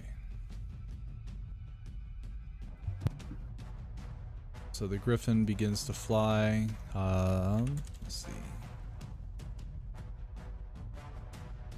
And as it reaches over this here house, Castiel, it comes into your view. You may roll your attack. Heck yeah. You're having fun with that voice changer, aren't you? And I believe... I'm trying to listen to all the voices. Oh, gotcha. The first one does hit. I'm sorry. No, you're Heck good. yeah. You're good. And Trina, you had a Eldritch Blast ready as well, right? Oh my god. So you watch as Castiel. Oh, and you actually got two of them. Roll another. Mine's agonizing. Yours is only Eldritch. Yeah. Well, for some reason, I have Agonizing Blast in my Eldritch stuff, but I need to talk to you about that because I think it might be wrong. It's a different spell. You need to add Agonizing Blast to your spell. Yeah. Well, how many invocations can we have at this level? We're allowed to have 4. Yeah, and you've got 2, 5. 3, 4. I've got 5 because Maeve was a higher level than us. So I think Agonizing Blast was the 5th one. So technically, I guess I don't have it right now. I'll just wait until 9th level. So anyway. But the second one also hits for some nice low and high damage. Lovely. Yeah, so seriously. you guys watch these 4 beams pop out. 2 of them from Castiel. One of them misses, the other one makes contact. But both of Trina's do hit. And one of them's a little girthier than the other. You can tell based on how the griffin reacts to both of them as it gets hit. One of them, it kind of just waves it off. The other one, it kind of or whatever grunting noise a griffin would make. But in seeing Castiel attack him, it will swoop in and attack. Why is Trina? I don't need Trina. There we go. So let's see. I think... Alright, so as it starts coming and gets close, it shrieks in the air. I need Dr. Thorpe and Castiel to both make a Constitution saving throw as it shrieks, and this shriek it's painful. Castiel, you reach up to grab your ears, but because of the fact that the griffin is so close to you, it gets through to you anyway. You are stunned until the end of the griffin's next turn. And Dr. Thorpe, you're able to clap your hands as you see the movement of the creature and resist the stun from it. Did you say I'm stunned until the end of its next turn? Yep. That is what this says. It will now attack you with its beak, its claws, and its talons.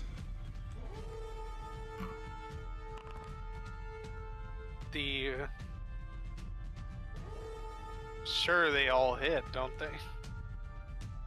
They are at advantage, so your AC is 17. So yes. So the first one, foe will use his ability. Okay. And as that reaction, you guys swap places. And foe, poof. I'll just so as foe changes places with you, the griffin comes in with its beak and meets right into the middle of foe's dome, and it just vanishes with this sort of like sparkly powder. The griffin doesn't have any more movement currently, so the other attacks go or don't land. And that is the griffin's turn. Dr. Thorpe. Okay. How high up in the air is he? He is landed. Okay, cool. All right. Let me see. Here's a question. Let me give him 10 feet. Can you see the number 10 above him? Yeah. Yes. Yep. Okay, yeah. So I'll make sure that that's updated so you see exactly how high he is and stuff like that. Okay, I'm gonna run up to Castiel. I'm going to cast Lesser Restoration on him. Okay.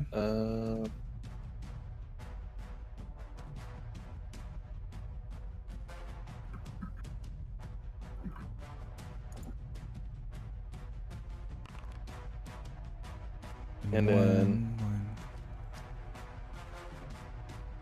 so none of those conditions are what he is currently affected by, so it wouldn't work. Really? I was Yeah. paralyzed. No, he's stunned. Oh. Well, I just wasted a spell slot. God damn Nah, it. Alright. I think you either misheard me or misunderstood what stunned was. So you're good. Don't, Okay, yeah. Yeah, you take the spell Alright. slot back. Cool. Alrighty. There's your mulligan for the campaign. I know, right? The You get entire one mulligan per game.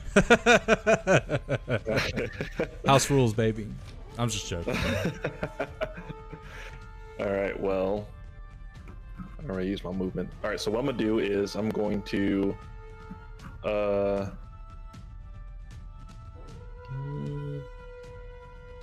can I do?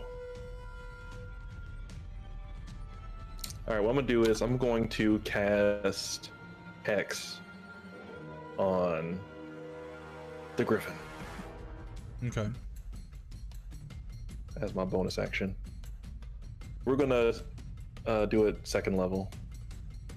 All right.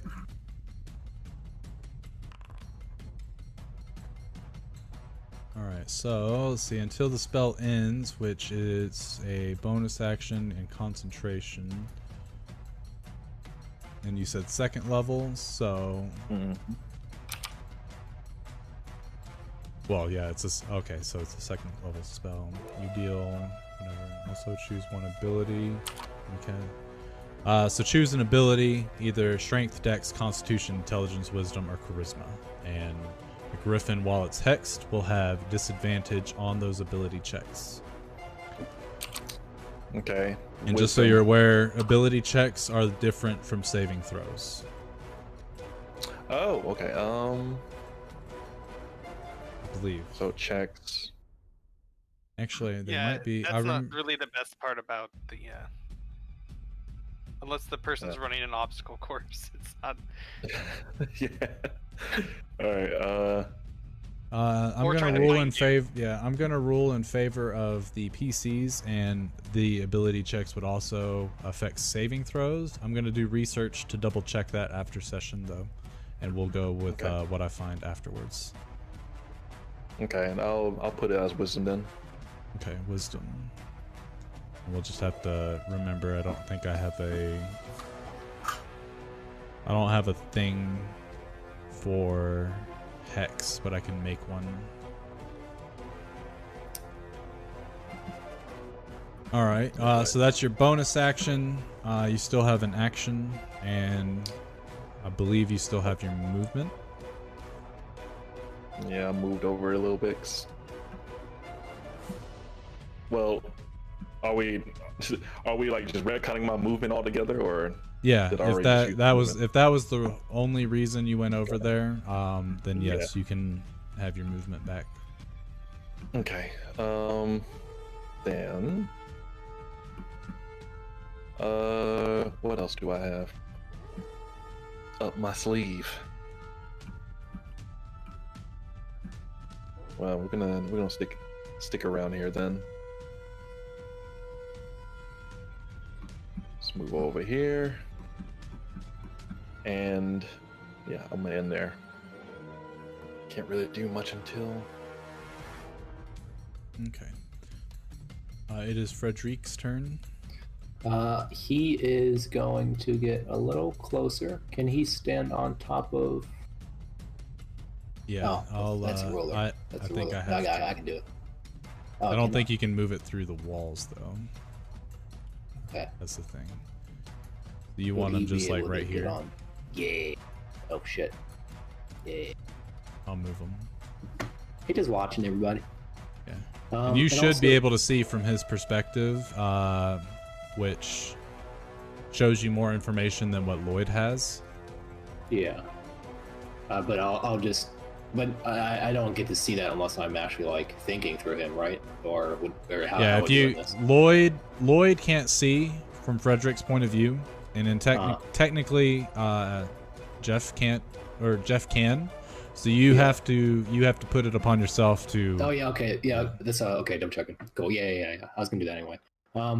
Also, along the way to the Griffin getting to where he stopped now, was I able to ray of frost him or no? No, you don't have line of sight. It's fine. I'm going to end his turn. I cannot do that. Never mind.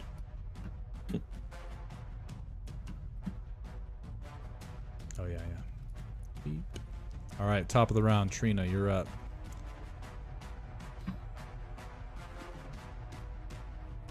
I'll assume old boy will run this way. Oh, you can see my ruler now? Maybe it's when I'm moving. Okay, maybe it's when I'm moving the other ruler, I don't know. You can't see my ruler right now though, right? Sorry, I had a sheet open. I can see it. You can? Okay. It's going crazy, but yeah. Yeah, I wasn't sure why y'all couldn't see it earlier. Is it within? Let's see. Bummer. It's just right out of Dreadful Scream. Lloyd, go ahead and cast your Ray of Frost. I just looked at your token because I turn off the token visions because clicking on all of them, then I can't see the whole map. You are within line of sight of the Griffin with how I made the walls and intended the walls. Okay. But that is your reaction and your action from last one, so, and that does hit. And that also reduces his movement speed by 10. Okay. Both of those miss. The 2 Eldritch Blasts come from Trina, and the Griffin is able to essentially swat him away with its wings and sort of scream. Actually, top of the round.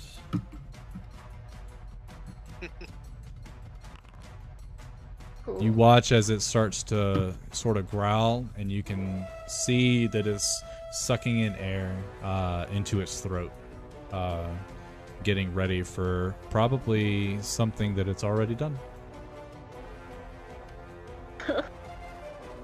Oh, wait, I think yeah, whatever. I'll just leave that there. Okay. And then was that actually 40 feet, Brady, that it moved? My shadow? Yes, it was. Bummer. Okay. Well, it can't do anything this round, so. Okay. Bo's dead. Oh. So it's not his turn. But it's my turn, and I'm stunned. So No. Yeah, oh yeah. I forgot the lesser I will restoration. wait to do another wisdom saving throw. Probably die this turn. Boom.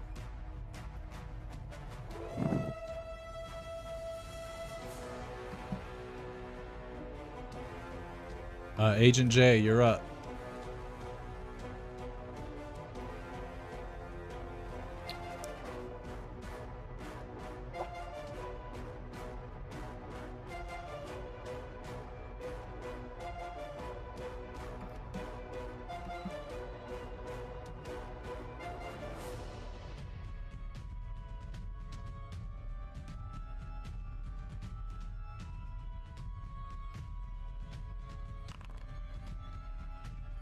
Alright, Firebolt does hit. It is rolling the proper damage. So as Agent J is running around to the alleyway, he turns around and he shoots out of the tip of his quarterstaff. Or actually, I don't know what Agent J's method of casting his spells is. If you have a flavor that you wish to use, we can use that. Don't make the wand your.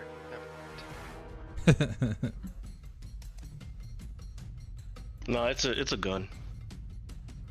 Oh, Like he a- pulls like a- he pulls like out. a MIB gun. Okay, he pulls out a pistol, Noisy cricket. aims it, and you watch as the spell essentially transfers to the chamber, and you hear a clicking sound, Trina, since you're close enough, and it shoots the firebolt out of the muzzle. Obviously, this pistol looks a lot different from any pistol that any of you have ever seen, if you've seen one, because they're not super run-of-the-mill currently. So it is a strange. It is a from Agent J. It is a strange looking device. I'll say that for all of you, it's a strange looking device. Is it like that little cricket gun he gets handed at the? No, first? not yet. Oh. That's not been seen yet. Okay. What the hell am I gonna do with this? Oh, Brady, I'm gonna send you a picture of what the gun looks like. Okay. So that way. Is the flavor that your guns are actually what's casting your spells?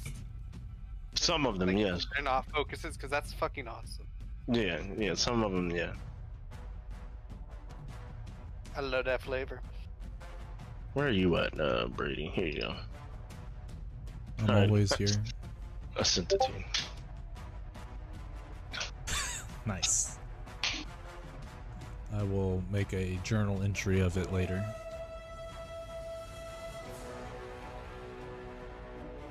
And I'm Okay. using this one for Fireball. Oh, you got multiple. Are you done with your Definitely. turn, by the way? Did I not end my thing? You did not. Oh, I thought I did. Lloyd. I am going to pop out of the corner, Lloyd? or did you say can see from here or not from Yeah, here? you can be seen from there. Okay. I'm going to slow him.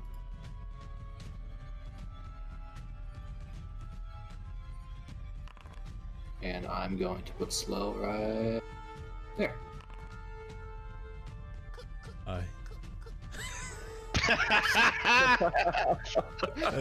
That's beautiful.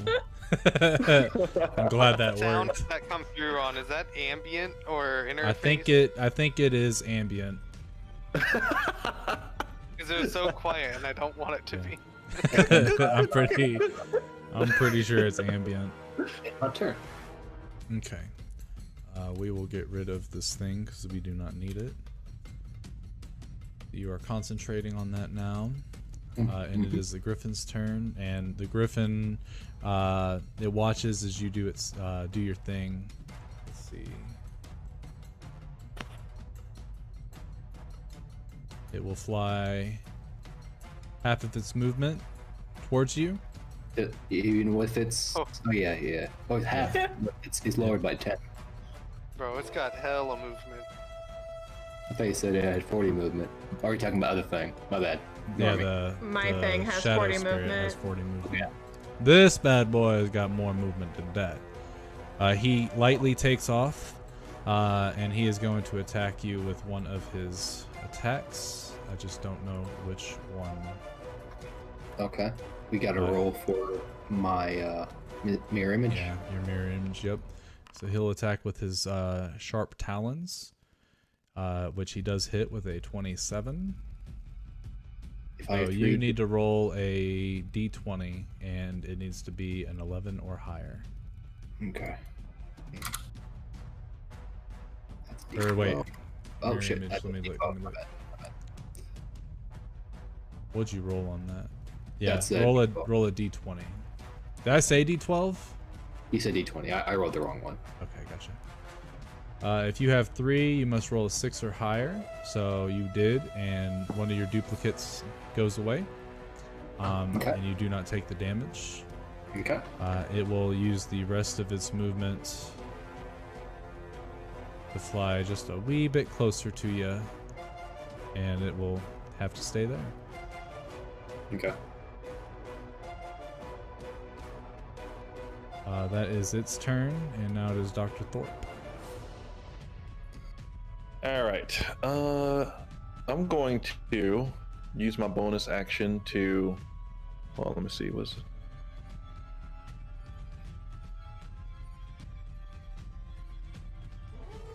oh dang!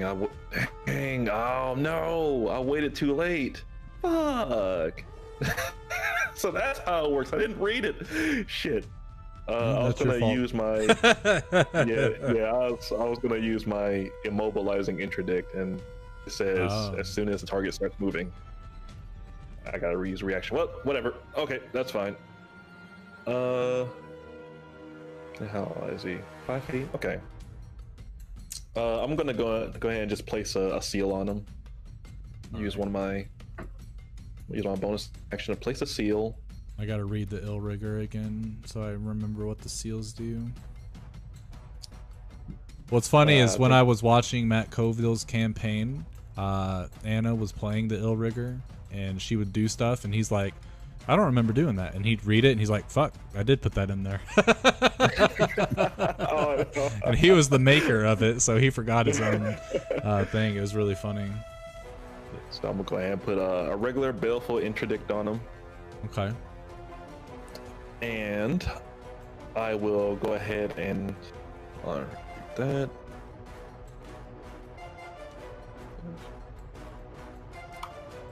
Okay. Yeah, I'm gonna go ahead and roll up. I'm assuming I'm behind him. Correct. All right, and we're gonna go ahead and do. Want to attempt an attack? All right, 16 hits. And I have 2 of my things out, so that's extra 1d4 each. Yeah. For the hex or for the That's for double the blades and the hex. Yeah, so roll an extra 1d6 as well. And Alright, so then a total we're gonna- of 7. And then we're gonna go for another attack. Another one. Another one. That one misses. Goddamn. Well, let's disperse one of my images, mirrored blade images, and we're gonna try and reroll that. Alright. And that one That's was a hit. And then let's go ahead and roll that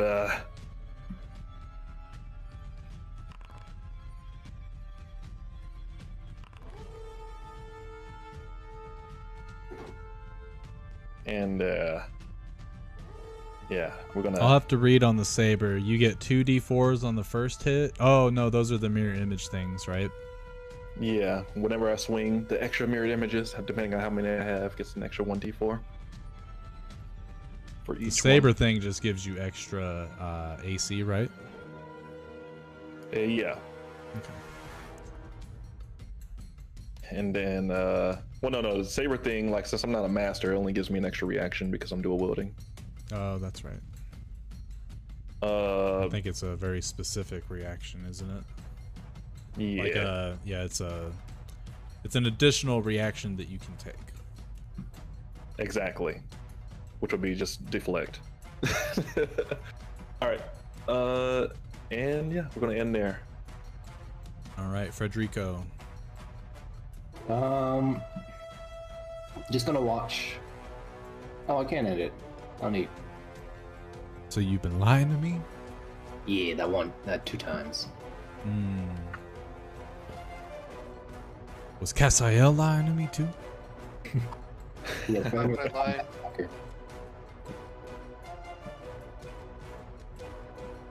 What are we lying about? Being able to end your familiar's turn. Oh, my familiar's dead. That is true. He Familiar. served his purpose. He really did. I'm gonna be honest. That would have been a very difficult turn to endure. That stunning screech is pretty cool. Yeah, super cool. Enjoyed it. Can you put it here, Brady? Yes. Thank you. I want to do a thing, but I know it's gonna hurt everyone else, so Then don't I won't fucking make it do do it. the thing. I won't make it do the thing. That's what I'm saying. I won't make it do the thing. I'm sorry, I don't have the utmost confidence. Rude. That was a different character, okay?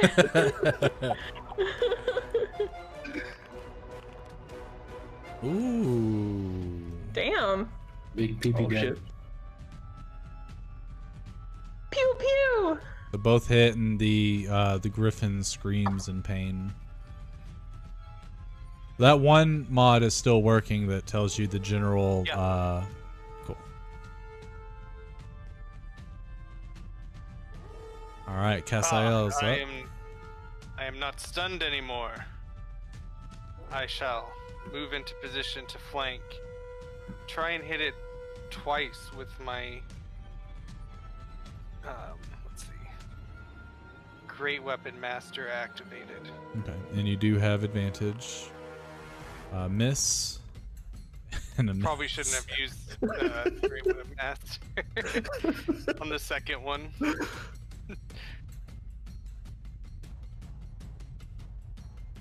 Bonus action, I'll self-destruct.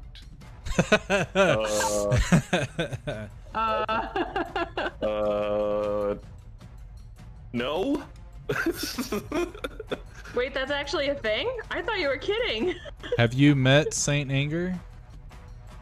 Oh shit! I forgot about that. I'm just joking. I'm just He joking. is here, a little cloud, and everybody make a dexterity saving throw.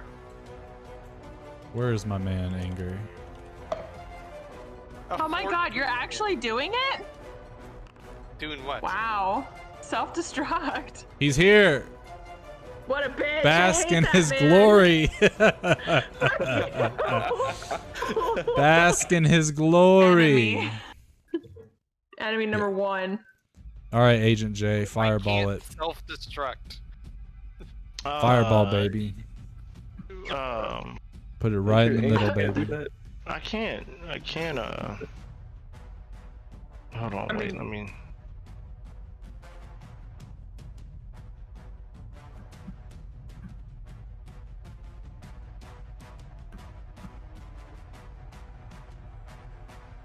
I'm gonna roll.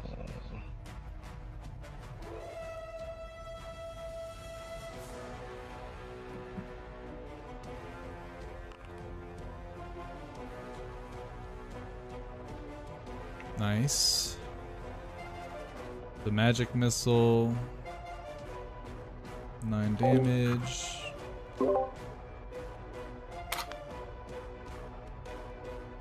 Is it the same weapon for that, or is it different flavor? No, it's the same. Okay. He pulls out his pistol again, presses the trigger, and you guys see as the darts spread out, and they all encircle and hit the griffin with a succession after each one. Pop, pop, pop. And it screams, and it's flying, and you can see that it's very shaky with its flight. It's barely holding on.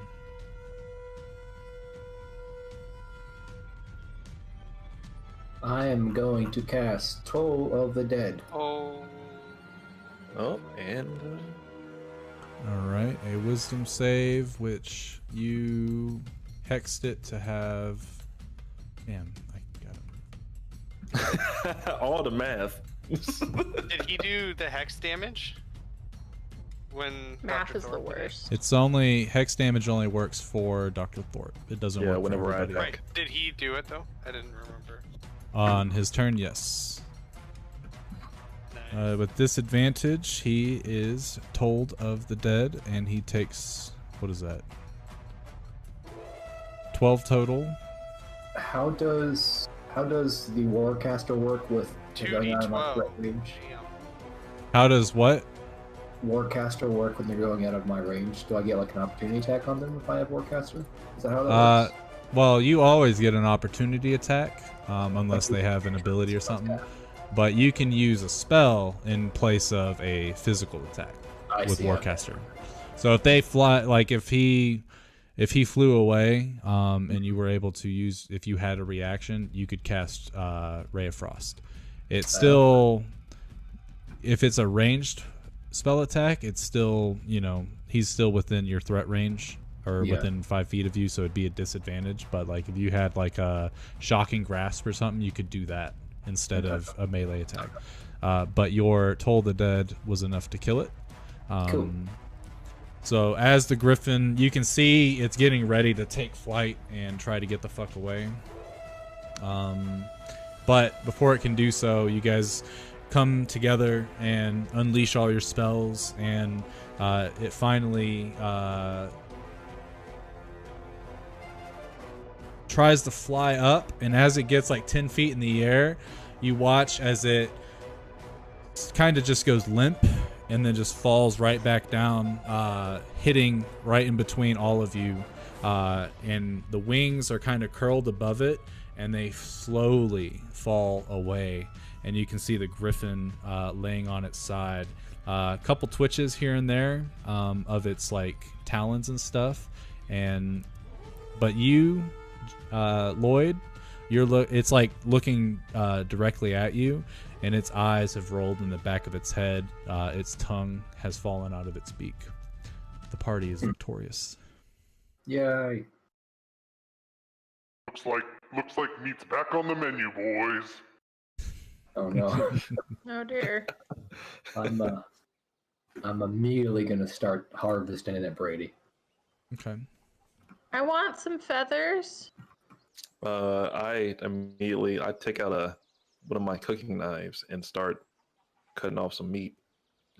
So as the creature, Does Griffin taste good? Male or female?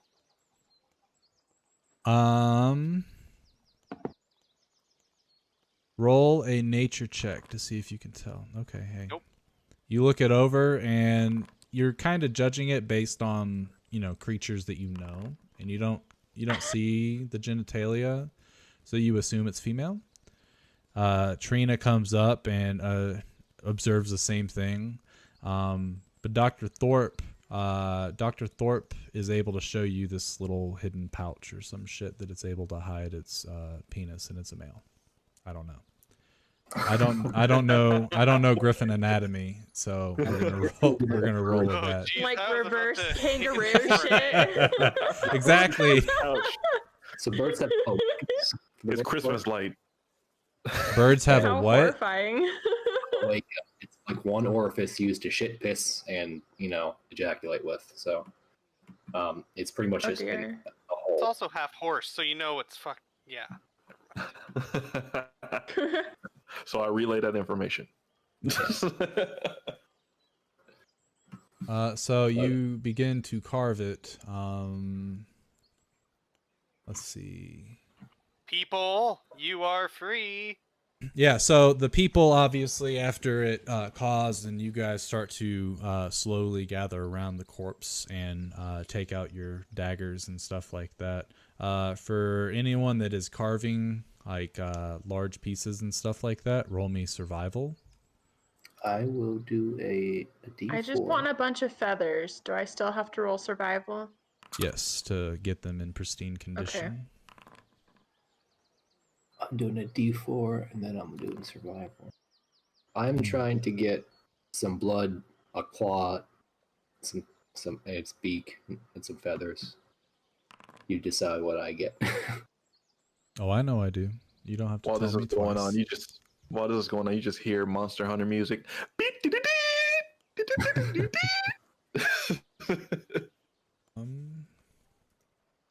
Give me a second. I'll upload that playlist to Foundry, and we will actually.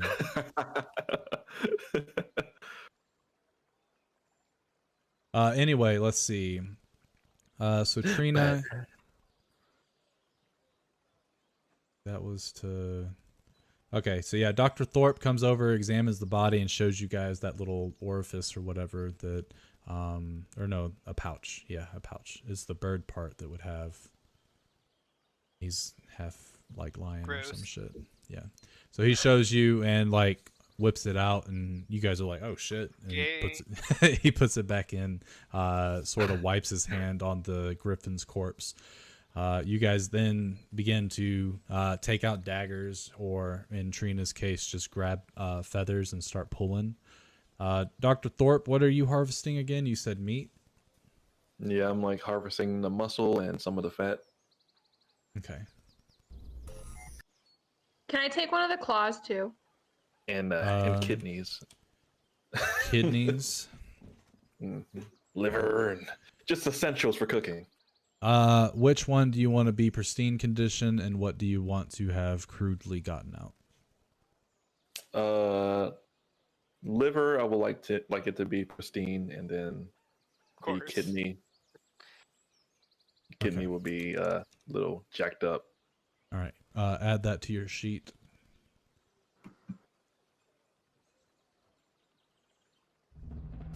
Okay. So for, let's see, for Lloyd, you said you were trying to get Claws, like it's it's pod claw, it's eagle claw thing. It's beak, it's blood, it's feathers.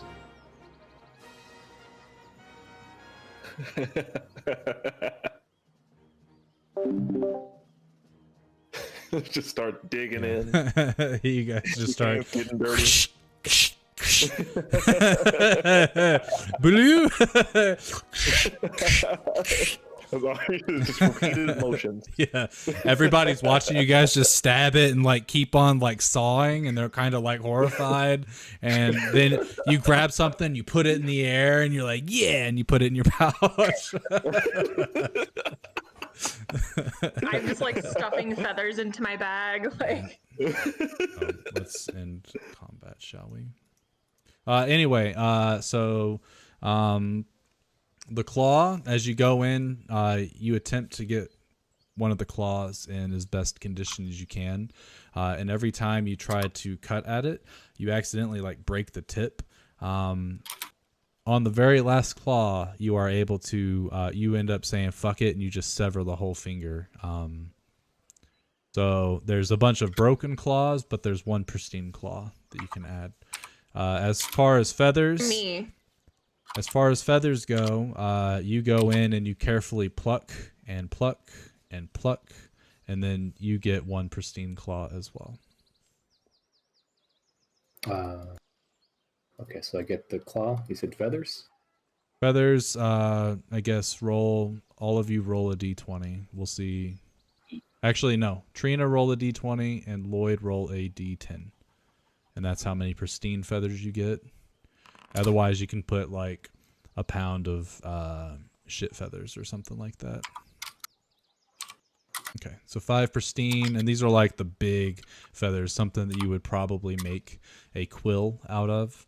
And you could also maybe make some really nice fashion statements if you really wanted to. The world is your oyster. Do I get any blood? Yeah, you can, however many vials that you have on your person, you fill as many of them as you want. Blood is very easy. And do I get its beak? Like you start to go at it and you crack it, so it's not a very good quality beak. But you have Cracked. beak. Yeah, put cracked beak. Okay, I'm happy. So as the people start to come out, and they're looking around, is that the only one? Yep, as far as we could tell. So as people are there very slowly coming out of their homes and they're looking around just to make sure.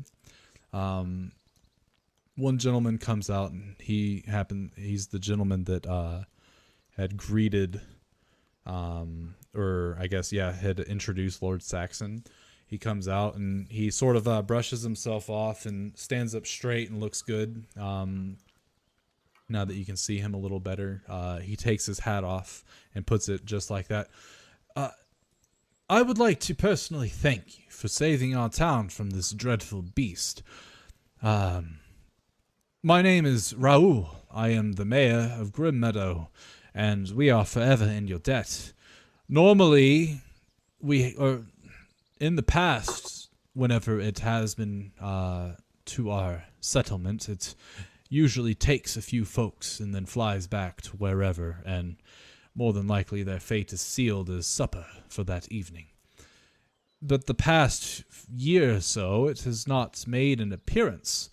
It's quite intriguing that it's actually shrunk in size. Say again. Yes, Shrunk this in is size? yes. It's not as large as I remember. Then that's not the same griffin. He kind of squints his eyes and tilts his head. What do you mean the same griffin? Are you saying there's more in the area? We heard there was You live one here. south of here, near Burkton. Oh, But this must be the reason why we haven't seen the griffin in some time. Then it hasn't been hunting as far away from its nest because it had young. My. And he starts to look it over. They grow extraordinarily fast then. appears so. Well, good thing we didn't just kill and mutilate its baby. Probably won't make it angry. He looks at you, Cassiel, and then he looks at the griffin. I believe that's a rather inaccurate statement, unfortunately. Cassiel, is that what Lord Saxon greeted you as? Yeah. He puts his hat back on and comes up closer and extends a hand. Raoul, pleasure to meet you. Buenas tardes, Senor Raul. I'm not familiar with that language, but It's celestial. Nice to meet you. Oh, a celestial. I thought that maybe the wings were, perhaps maybe your magical prowess, but now judging by your eyes, you are one of the fabled Aasimar, are you not? Yeah, that's me, alright. Ah, well, I'd say by the graces of the gods, you were sent here for this exact purpose to save our town, then. At least that's how I'm going to think of it, and I can't thank you or the gods enough. I look up into the sky with, like, longing, like, huh? Huh? Huh? Is that enough? Mr. Raoul. Was it? Not even close. Yes, I am But I've Raoul. only missed twice. Perhaps we could have a place to lay our heads. Is there an Certainly, yes. You you could stay at the inn if you wish, but as Lord Saxon had described, it has seen better days. I would like to personally offer up my house for you all to stay. Perhaps maybe we can prepare a second supper since our first one was ruined. I could do the honor of that. You just show us the way, please. Sorry, I had a finger in mine. Yes, I thought they got rid of that pie, but I guess the worker was, perhaps maybe a little too light-headed to realize what had happened. I do think someone played a apologize. joke on me. It's all good. Whatever. Well, how do you feel about Griffin stew then? I'll be honest, I'm a little apprehensive, but it has eaten some of my fellow citizens, so perhaps maybe this is God's way of a cruel joke for this beast. Which god? Which gods do you You know, serve? I saw it drop an owl bear and a bear. If you'd rather have that. No, we've actually had both, and they're a little too tough. I'm sure if you slow cook it, it'll be fine. Very well. You see Giles just go back to the corpse and start attempting to harvest like some more muscle and some more meat in general to cook with in a Okay. large portion. Yeah, and I mean, there's a lot there, so eventually you end up getting some nice slabs to make some very, very tender steaks. You may use my kitchen and all utensils that you require.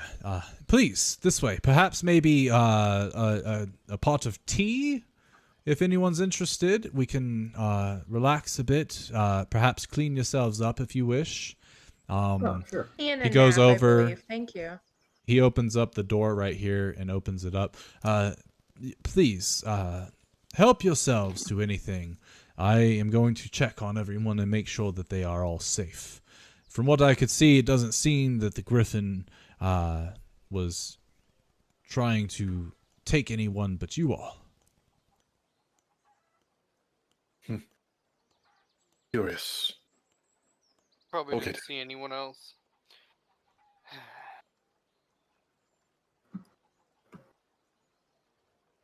Those guys away and bring him out. Okay. Off I go then.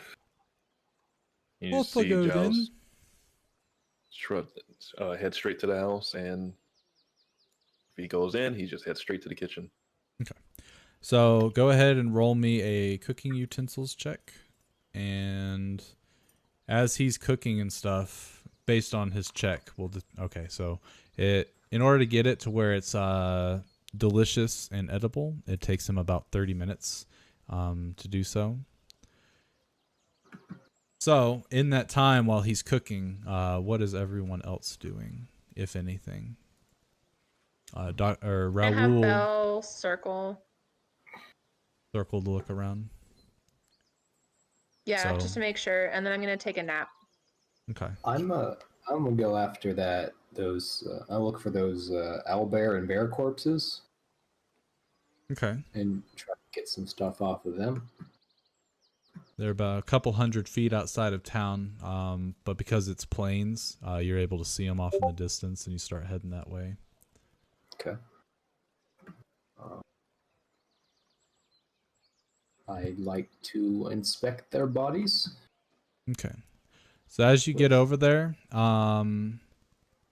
you notice that the only corpse that's actually over there is the black bear that you had seen before. And you notice that the owl bear, what you had thought it was actually just a large rock. But you do see a spot where something was laying for a while, maybe. And when I say a while, like just maybe a minute tops, and you start to see tracks leading away from the location into the trees. In this time, I will try to get some bear pelt, a bear claw, and teeth. Survival. Blood. I rolled that. You, I do not get any, all of them are real shit quality. even the blood. So, except for the blood. Actually, you get mud in every single vial for some reason. It's weird. I'm just joking. So the blood's fine, but in terms of your carving, you got a really like piss poor quality. Like you've mangled the bear pelt and accidentally cut it in places it shouldn't be. The teeth are all cracked or maybe chipped and stuff like that, and the claws are split or chipped as well.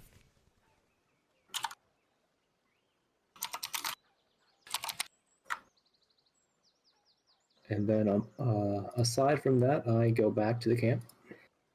Or village, I should say. Okay. Anything from Agent J? Nope. Anything from Cassiel? No, I'm good. A little pissed off, but good. Agent J. J. J. J. I look at my watch. And it, as you hear the words coming from it for just a moment, the lights come back on and they flicker off again. God damn it. I'm hitting it, saying, "Come in, this is Jay. Come in, this is Agent J." Nothing.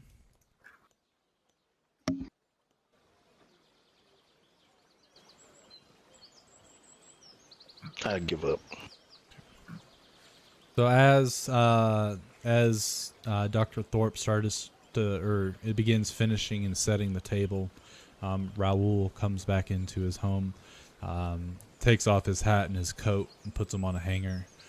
Oh, it smells quite delicious in here. No offense, not as good as the meat pie's aroma, but unfortunately we don't have much in this town in terms of the fine selection of spices that Lord Saxon had. I do apologize. None taken. I hope it is as delectable as what you just tasted. Or at least close to it. I'm sure it will be quite a nice evening snack, especially after that surprise of a griffin. It has been, like I said, a year, maybe two now, since we've been attacked, or any settlement for that matter. It's almost, I thought that maybe perhaps they had moved to a new nesting location, but, well, as we can see, that is not true. It's quite weird that this is possibly offspring of the real griffin. I would hope that the real one doesn't show up anytime soon. Are you certain that there were more? Well, back This towards one- Brookton. This There one does was- look similar to the one that we've been attacked by. It's just, like I said, it's a little smaller, as if it's either lost muscle mass or perhaps more of its feathers. And he goes towards the window and looks at it, and, you know, some of the farmers are going around and they're starting to take what leftovers in terms of the meat and the pelts are. And he looks at it real closely. He's like, actually, I guess now that you say it, it doesn't have its mane that it had at one point in time. So, I do remember towards Brookton, there was a camp that identified that there was a griffin in a cave nearby. It could either be another one of the kin, or it could be the real griffin. No way of really telling. Well, I really hope that this was it. Indeed. So, how long has everyone in town been shacked up? A little settled down? Here. Do you mean how long has the town been standing? Indeed. He kind of strokes his chin. I'd say 4 or 5 decades, maybe more. And how long has Master Carlisle been looking after you all? Honestly, this is his first time making an appearance, but he has sent people this way before,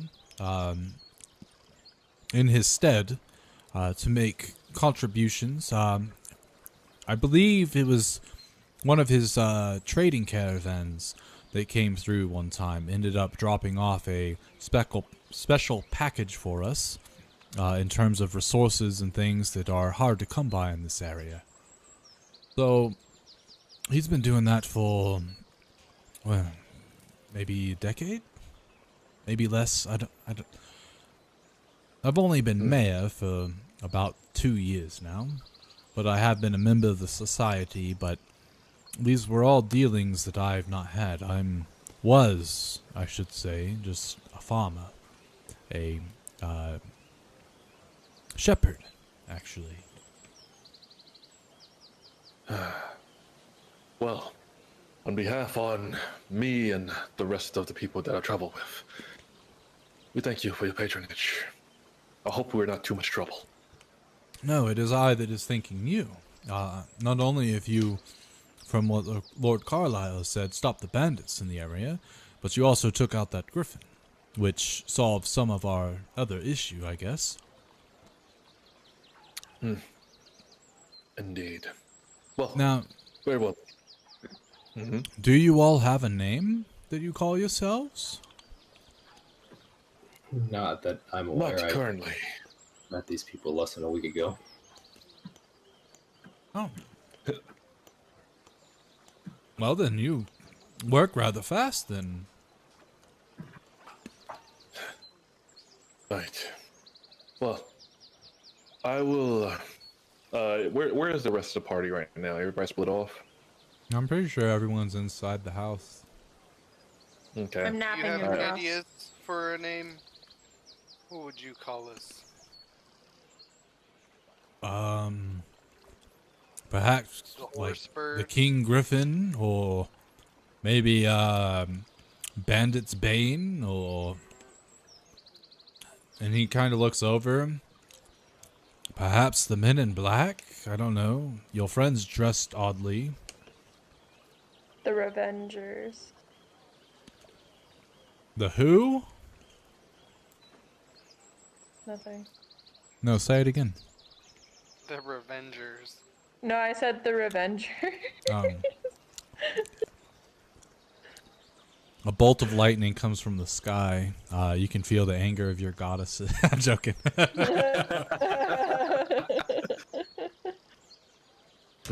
MIB, huh?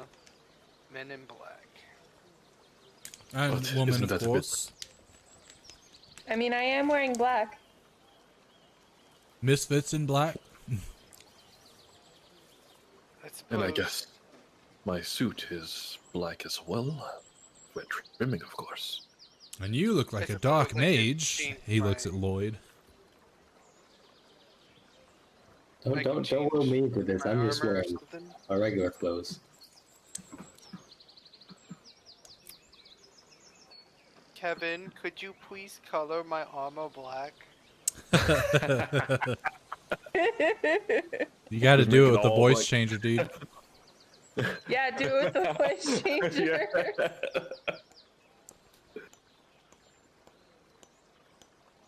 Oh, this is gonna be a treat. Kevin, could you please color my armor black?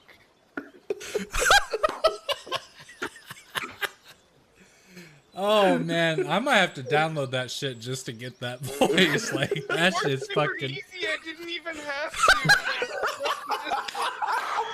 to. Bro, that's literally so fucking funny. It's like that combined with Joe's dialect is just making it. Yeah.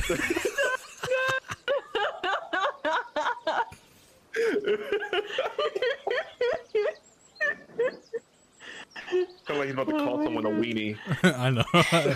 You weenie. Weenie Hut Jr.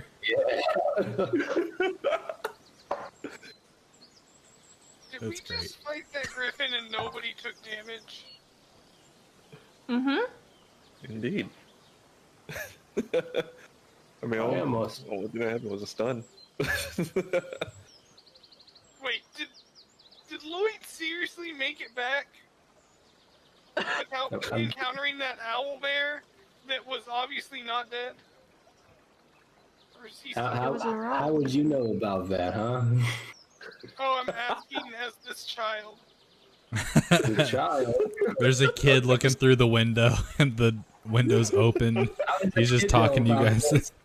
Go to bed, damn it. Oh yes, that's Jeremiah. He's got quite the observation skill. Of all names. Go over the hill and Yeah, back. Jeremiah, anybody have a quarter?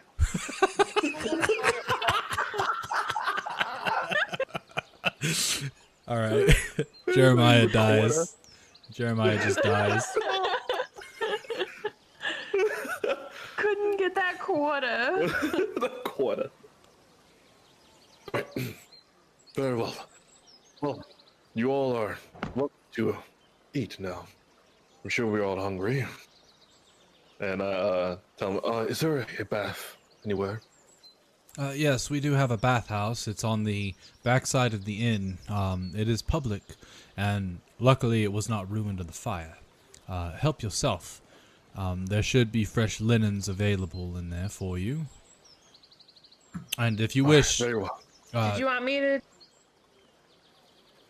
Go ahead, man. Dr. Thorpe, did you want me to just clean you with my spells? I mean, sure. If you... Blanche. If you can do that. Well, bam! She starts to clean you up after a few castings of the spell. Well, As a joke, I'm gonna press the digitate hit back onto him because I think it allows me to soil something. It does. So Who are you Apparently soiling? someone's still in a mood from earlier. Who are you soiling? you know what? Now I soiled Trina. I'll just clean myself. Well played. Cassiel was resoiling Thorpe, and then he soiled Trina.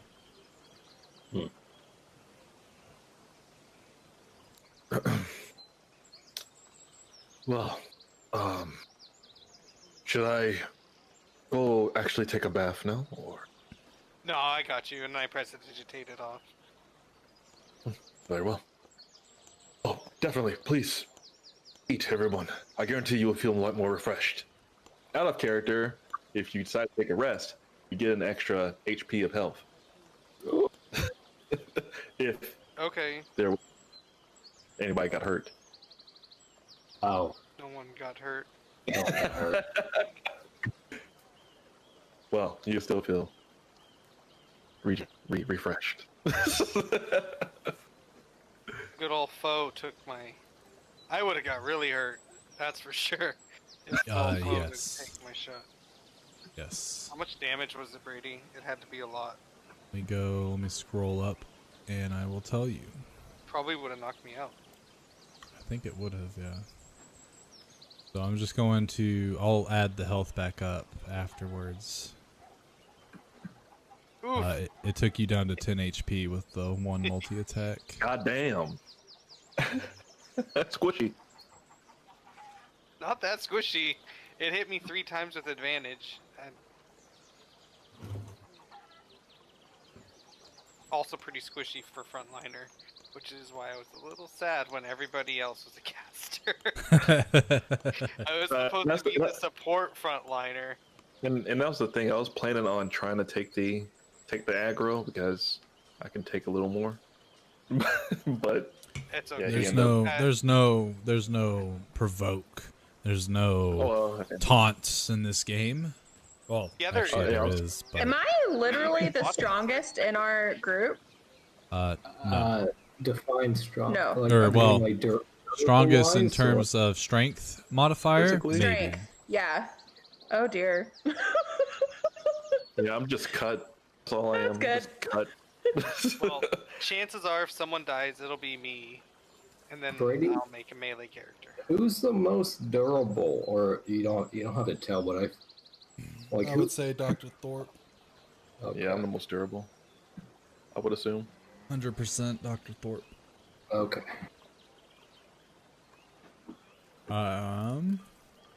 So Raoul, he nods his head at you all. So I don't disturb you, I will take up residence in the inn for the night. If you need me, I'll be in the first room in there. I have Thank you for sharing your house with us.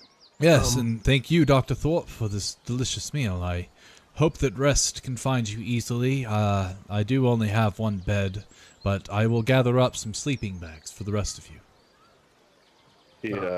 Giles gives a light bow. Question for you, Mayor. Would I be able to purchase some provisions tomorrow from you? I mean, we do have some things that we could sell, but with the trade season being open, most everything that we have should last us only towards the end of winter. So it will be very, very finite on what we can provide. Oh, just a few vials and rope, perhaps. Nothing major. I don't believe we have any vials of anything, but we could definitely give you some rope. Okay, thank you. Yes. Let me go procure those sleeping bags. If they are too uncomfortable, I'm sure we can find other accommodations for you. I'm almost certain that the townsfolk would not mind allowing you to sleep in their homes. And he goes and grabs his hat, puts it on, puts his coat on. I will be back within the hour. And he leaves. Brady makes us wait an hour. I was actually going to let you guys roleplay, and then we'd end the session. What time is it in the day? It is 7:47. Okay. As he walks out, I'm still like staring at the door as he closes it, and then I just say to the rest of the party, "So, I would assume we're heading to the next town, correct?" That's where my destination's at. So that's where I'm going. Do we want to continue being his puppets, though? I wouldn't say. I feel like he's the only lead we have. The only lead you have, actually. Well, yeah, speaking for myself, yeah. But he also said that this destination is where everybody else will figure out what they want, or most of us. So. And yet, if we go, we'll just be playing into his hands again. This could have been way more disastrous than it turned out to be. I don't know. I don't feel it's that bad. This man. I do not believe Carlisle knows what I want. So, maybe not. I have no obligation to follow whatever he deems the correct direction for us to move. Well, he did say that you would find what you wanted here, or there. And he seems to have a weird, uncanny way of knowing what we're going to do before we do it.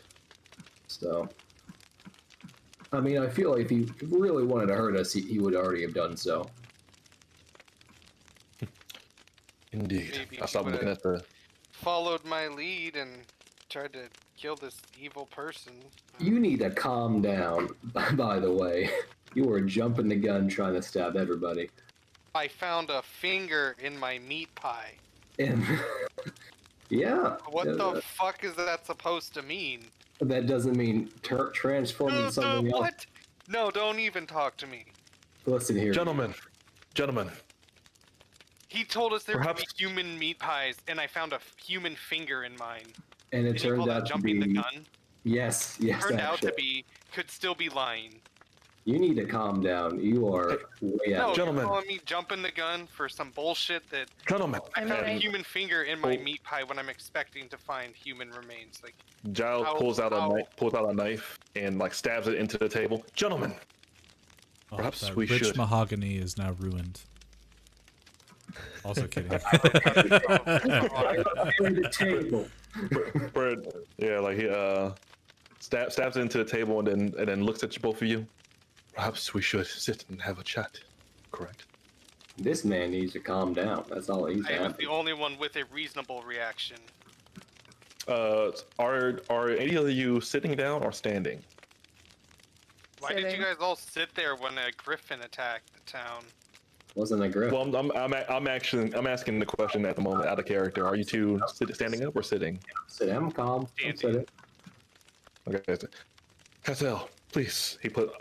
Giles puts his hand out. Have a seat, please. As You guys all I get saw ready that to. griffin. You didn't know it was fake. Sketchy. I had assumed because you pulled the same trick with the dragon. Reasonable. Is it that reasonable?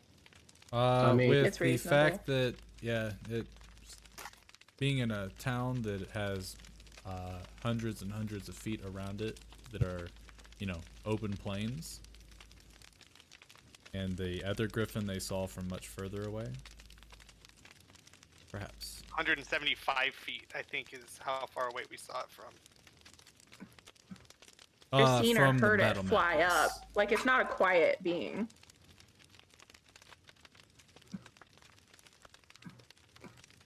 Yeah, reasonable assumption. Doesn't mean it's correct. It's just reasonable. Our slippery fellow wasn't worried, so I wasn't worried. Giles, Yep. as he says that, Giles sits down and begins to eat the meal that he prepped. I did Well, the same. There I has don't been. like this man.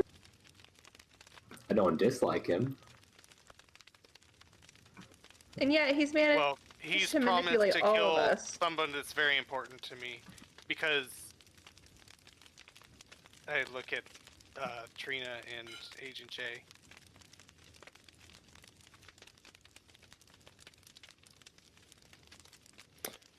So, I'm glad you don't not like him.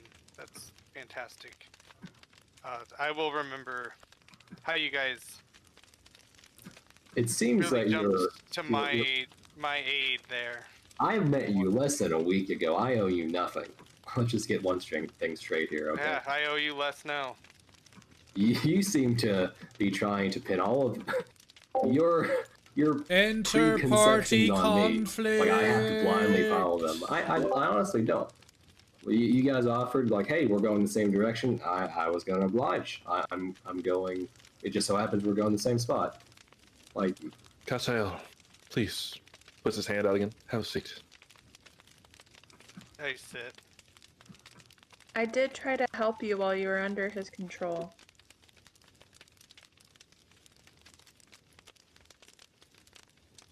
Oh yeah, do you remember that It when he seems- completely mind wiped me?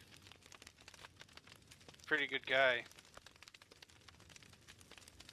I hope you found It your seems- goddamn rock. regardless of if we can fight him or not, which I don't think we can, I don't think provoking Coulda him is the tried. top. I kind of expected at least one of you guys to help me out there. Like I said, I met you less than a week ago. A week Hmm. of spending every waking second with each other, I suppose. I assumed You're, your a- character you're too asking much. for a lot here. Yes, you are, actually. Dang, I just thought Oh. people had... Never mind. At this moment, I don't think it's the time for action. Perhaps it's time to observe our opponent. If we jump the gun, it could end us at this very moment. You're It would be a probably smart right, decision. But don't get all patronizing on me when I tried to stop an entire town from eating humans. As I it had was an at that absolutely stage, 100% reason to believe that. and it is as I say in our walk. If you find reason to move towards your fate, you do so if you deem it right. We will all have our own thought process in a certain situation. I, for one, will observe the opponent. Lloyd, I'm sure, has Will his do own nothing. reasons for why he did nothing. He's a pussy that's not willing to fight for what's right. But I ignore him. in the end, he is his own man. The Mr. Carlyle has some information over his head that he would potentially want. So I'm sure that is the reason why he wouldn't jump to action immediately. Am I correct? As I look at Lloyd. Yes, that would be correct. He could be potentially useful to me, and I'm not to ruin that on a whim or a guess. That Indeed. And of course, Trina. I look to Trina. Is there any reason why you'd want to jump the gun to attack him yet? Or are you observing as well? Observing, but I figured potentially eating meat people pies is not going to kill them. Having a big brawl in the middle of town between all of us and someone who seems to be incredibly more powerful than us would end up killing a bunch of innocent bystanders. And He he'd threatened say, to kill a whole town. And yet he didn't. yeah, He still may have. Well, I mean, there's nothing we can do about that. At it this moment. is Not as I would think. anymore. It is as I would think. He's just seeing what we would do, as I am seeing what he will do. It's working both sides. he knew actually. you'd react this way. Perhaps he knew that this would turn not necessarily all of us against each other, but create a rift between us. Maybe that was his whole point all along. Indeed. Infuriating enemy. That you guys should all see him as that. He's playing a Oh, I game do. of chess mentally with us right now. He waits for us to make the first move, and then he will counter move us. It is best And yet he to move seems slower. he seems to be 3 steps ahead, though. That's why I'm not sure we should go to this new town. Well, Okay, so I understand you guys don't have the same sense of morality, whether that be good or not, but I think we should agree that if we have the chance, a good chance, we should dispatch this man. I would not do that. I'm not going to risk my life for no reason. I believe it will be best for him to make the first action. That way we will know Because where I wasn't his... wrong. Alright.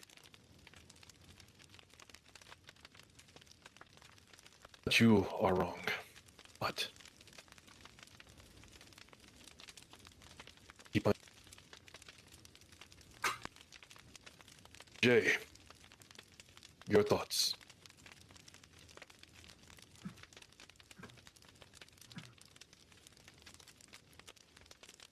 All right, good talk. Thoughts on what? What he's doing? This situation at hand. I don't know. Lloyd and Cassiel, y'all need to squash whatever beef y'all got. I don't know. He's the one freaking out. I'm just mind my own business. Yes, Just because you talk calmly doesn't mean you're not freaking out. gentlemen, can we agree to disagree? At least for now. I've never. Yeah, I've been just sitting here. He's the one attacking me. That is a yes or a no, Lloyd. Yeah. All right. Cassiel? Agree to disagree, Hmm. I suppose. Let's, perhaps you would say, play nice. For now. Please get along. As long as we are traveling together, we would need to work together. It's difficult to believe that that's gonna happen now. Can I? I would have assisted anybody on any move they made. It seems no one followed my lead. It's difficult to now make any decisions with. I trusted you guys. I guess that was a mistake of mine. Jay kind of laughs and just like, yeah, y'all did drop the ball on that. Like, do you guys expect me to jump in and help you when you make a move? Or am I just, do you expect me to just go, oh, well, you made a dumb decision? I mean, we're together. We're all powerful. Hopefully, if someone makes a decision that could potentially hurt all of the rest of us or destroy a town, that we at least try and, like, tell each other what we're going to be doing. Instead of. I mean, And then that way we have the opportunity to either help or talk you out of it. Oh, I'm sorry. Did you come into this town thinking that it's going to be all hunky-dory and nothing's going to happen? And when we're eating meat pies and then I go and pretend to throw up, that wasn't enough signal to you that I had a human meat pie? No, it was not. You're being quite. What about the finger I handed to Dr. Giles? That I wasn't there for? Yeah, I didn't see that part. I saw the griffin. You're making a lot of assumptions here. Yeah, I was dancing, having a good time. I saw the griffin, and I ran. I didn't know what that was. Let us note, as the food was being consumed, he was looking at us, expecting this reaction. I did everything I could to be obvious to you guys, and not to him. I guess I wasn't. Lord Saxon, baby. We went into this expecting a fight with Inner party conflict. You weren't working. Why did we hurry here? We hurried here to save the town and to stop this from happening. We didn't hurry here to have a festival. You are quite insufferable, you know that. What, do you disagree? Why did we hurry here? I'm done with this conversation. Why did we hurry here? And I get up and go. To save people. Lloyd gets up and exits. From who? From Lord Saxon? Yeah. Who made it look like he did exactly what he promised. And yet the town is alive. Once again, he was expecting this reaction from one of us. He planted in our brains. I can't see how you don't see my point of view here. As I point to the empty chair. I mean, what are we doing here? Why did we come? He said our contacts weren't going to be here anymore. We only had one motivation, so I don't know. Well, his lead, as I point at where Lloyd was sitting, his lead is in the next town over. Apparently, there's more information for the rest of us.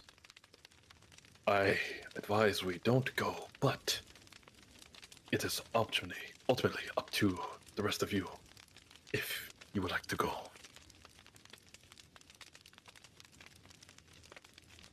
I will follow wherever. As you walk outside, Jeffrey, you're walking around town, I assume? Yeah. Suddenly, one of the peasants runs up to you to shake your hand and say thanks for what you've done. And as they're in the middle of thanking you, you watch as they kind of like their handshake slacks and they slump over and their head falls down to their chest. And in a split second, they look back up and Saxon Carlyle's face is now on their face.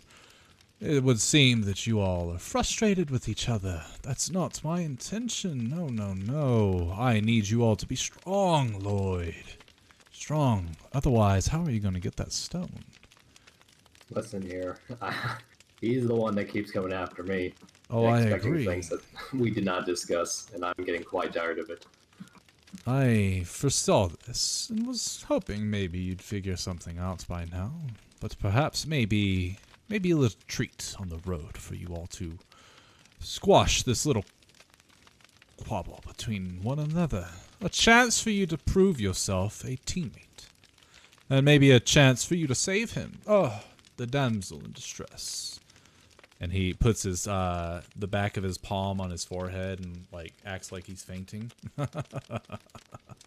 I only kid. It's quite easy to get under Cassiel's skin, as I have found. I can see that. I've been barely talking to him, and I can see that. Yes. Well, your stone is in Bleakbell.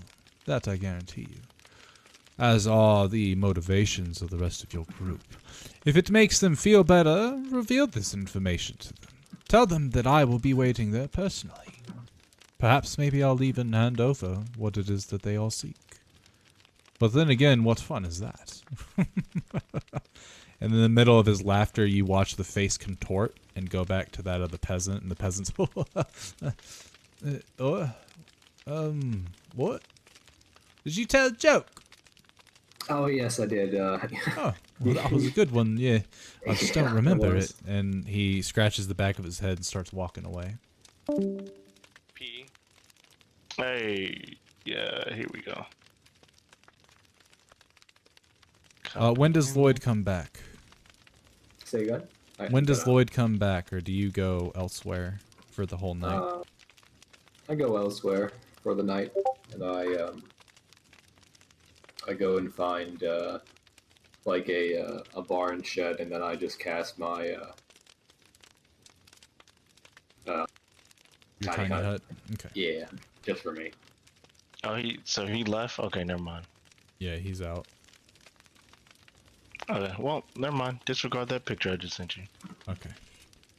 I was wondering what that was. Perhaps we can revisit this conversation. Perhaps we could stay here for 2 days and then have this conversation again. Hold on. So I look at Cassiel and it's like, hold on, what are you trying to do?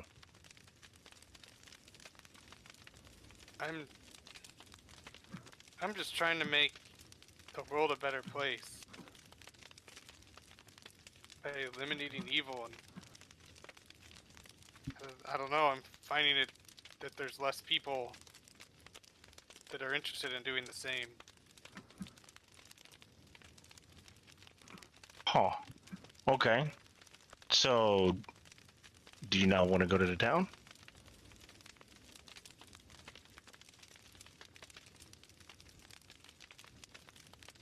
I don't trust this Saxon guy at all. He hasn't given us anything. He says he knows what we're looking for. He says that information is there. I don't know why we all believe that it's there. Okay, Why and what would he give us reason? anything? What reason do we believe that it's not there? Because it's Saxon and he seems like a terrible person. Right. Why would you believe anything he ever tells you? I mean, I don't personally know the guy, but again, this is coming from somebody who was not here. A lead is a lead. It's something worth investigating. Unless we just stay ignorant and blind. Looking for until we happened upon this guy that can read futures or whatever. I mean, He definitely has the capability of telling us what we want to hear, which is obviously influencing us.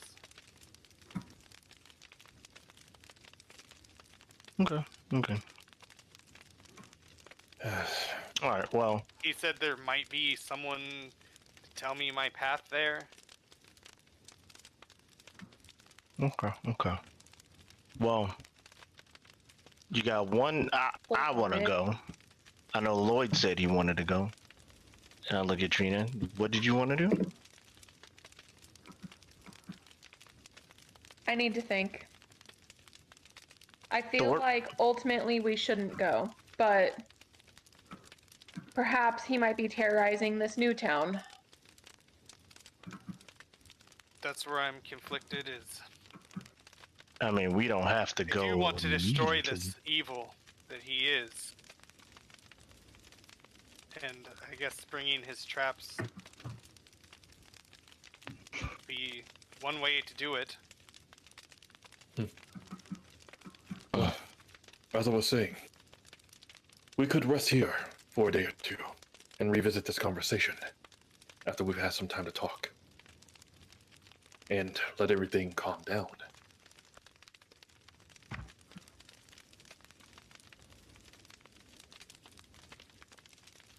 Then, ultimately, in the end, if we make the decision, we'll leave immediately after that. But, if we don't, where to next? Do we go back to Burton? Or do we find a new location? He said, I am trying to figure out what's going on in this area, so probably a new location for me. That would be my I vote. know we're not going to go hunting anything anytime soon. There's a chance. Well, someone's not willing to risk their life, so I will have a conversation with Lloyd. I mean, if y'all really want a decision, I can make y'all come to a decision. Just simple as that. I've had my mind erased enough for one day, if you plan on influencing me in that way.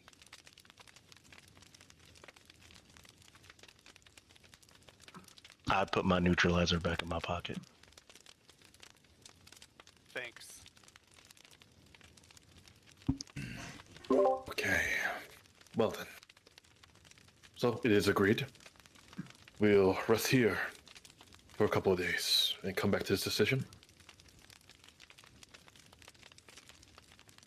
Good. I put my sunglasses on and just leave. And like, y'all got some thinking y'all gotta do. And then I start fiddling with my watch trying to get in contact All I Okay. know, as I'm walking off. Jay, I'm gonna do the same thing I'll always do, whether we go or not. So, I leave the decision to everybody else. I put a napkin on my lap and finish eating the food. It's quite a Food is getting delicious meal. cold.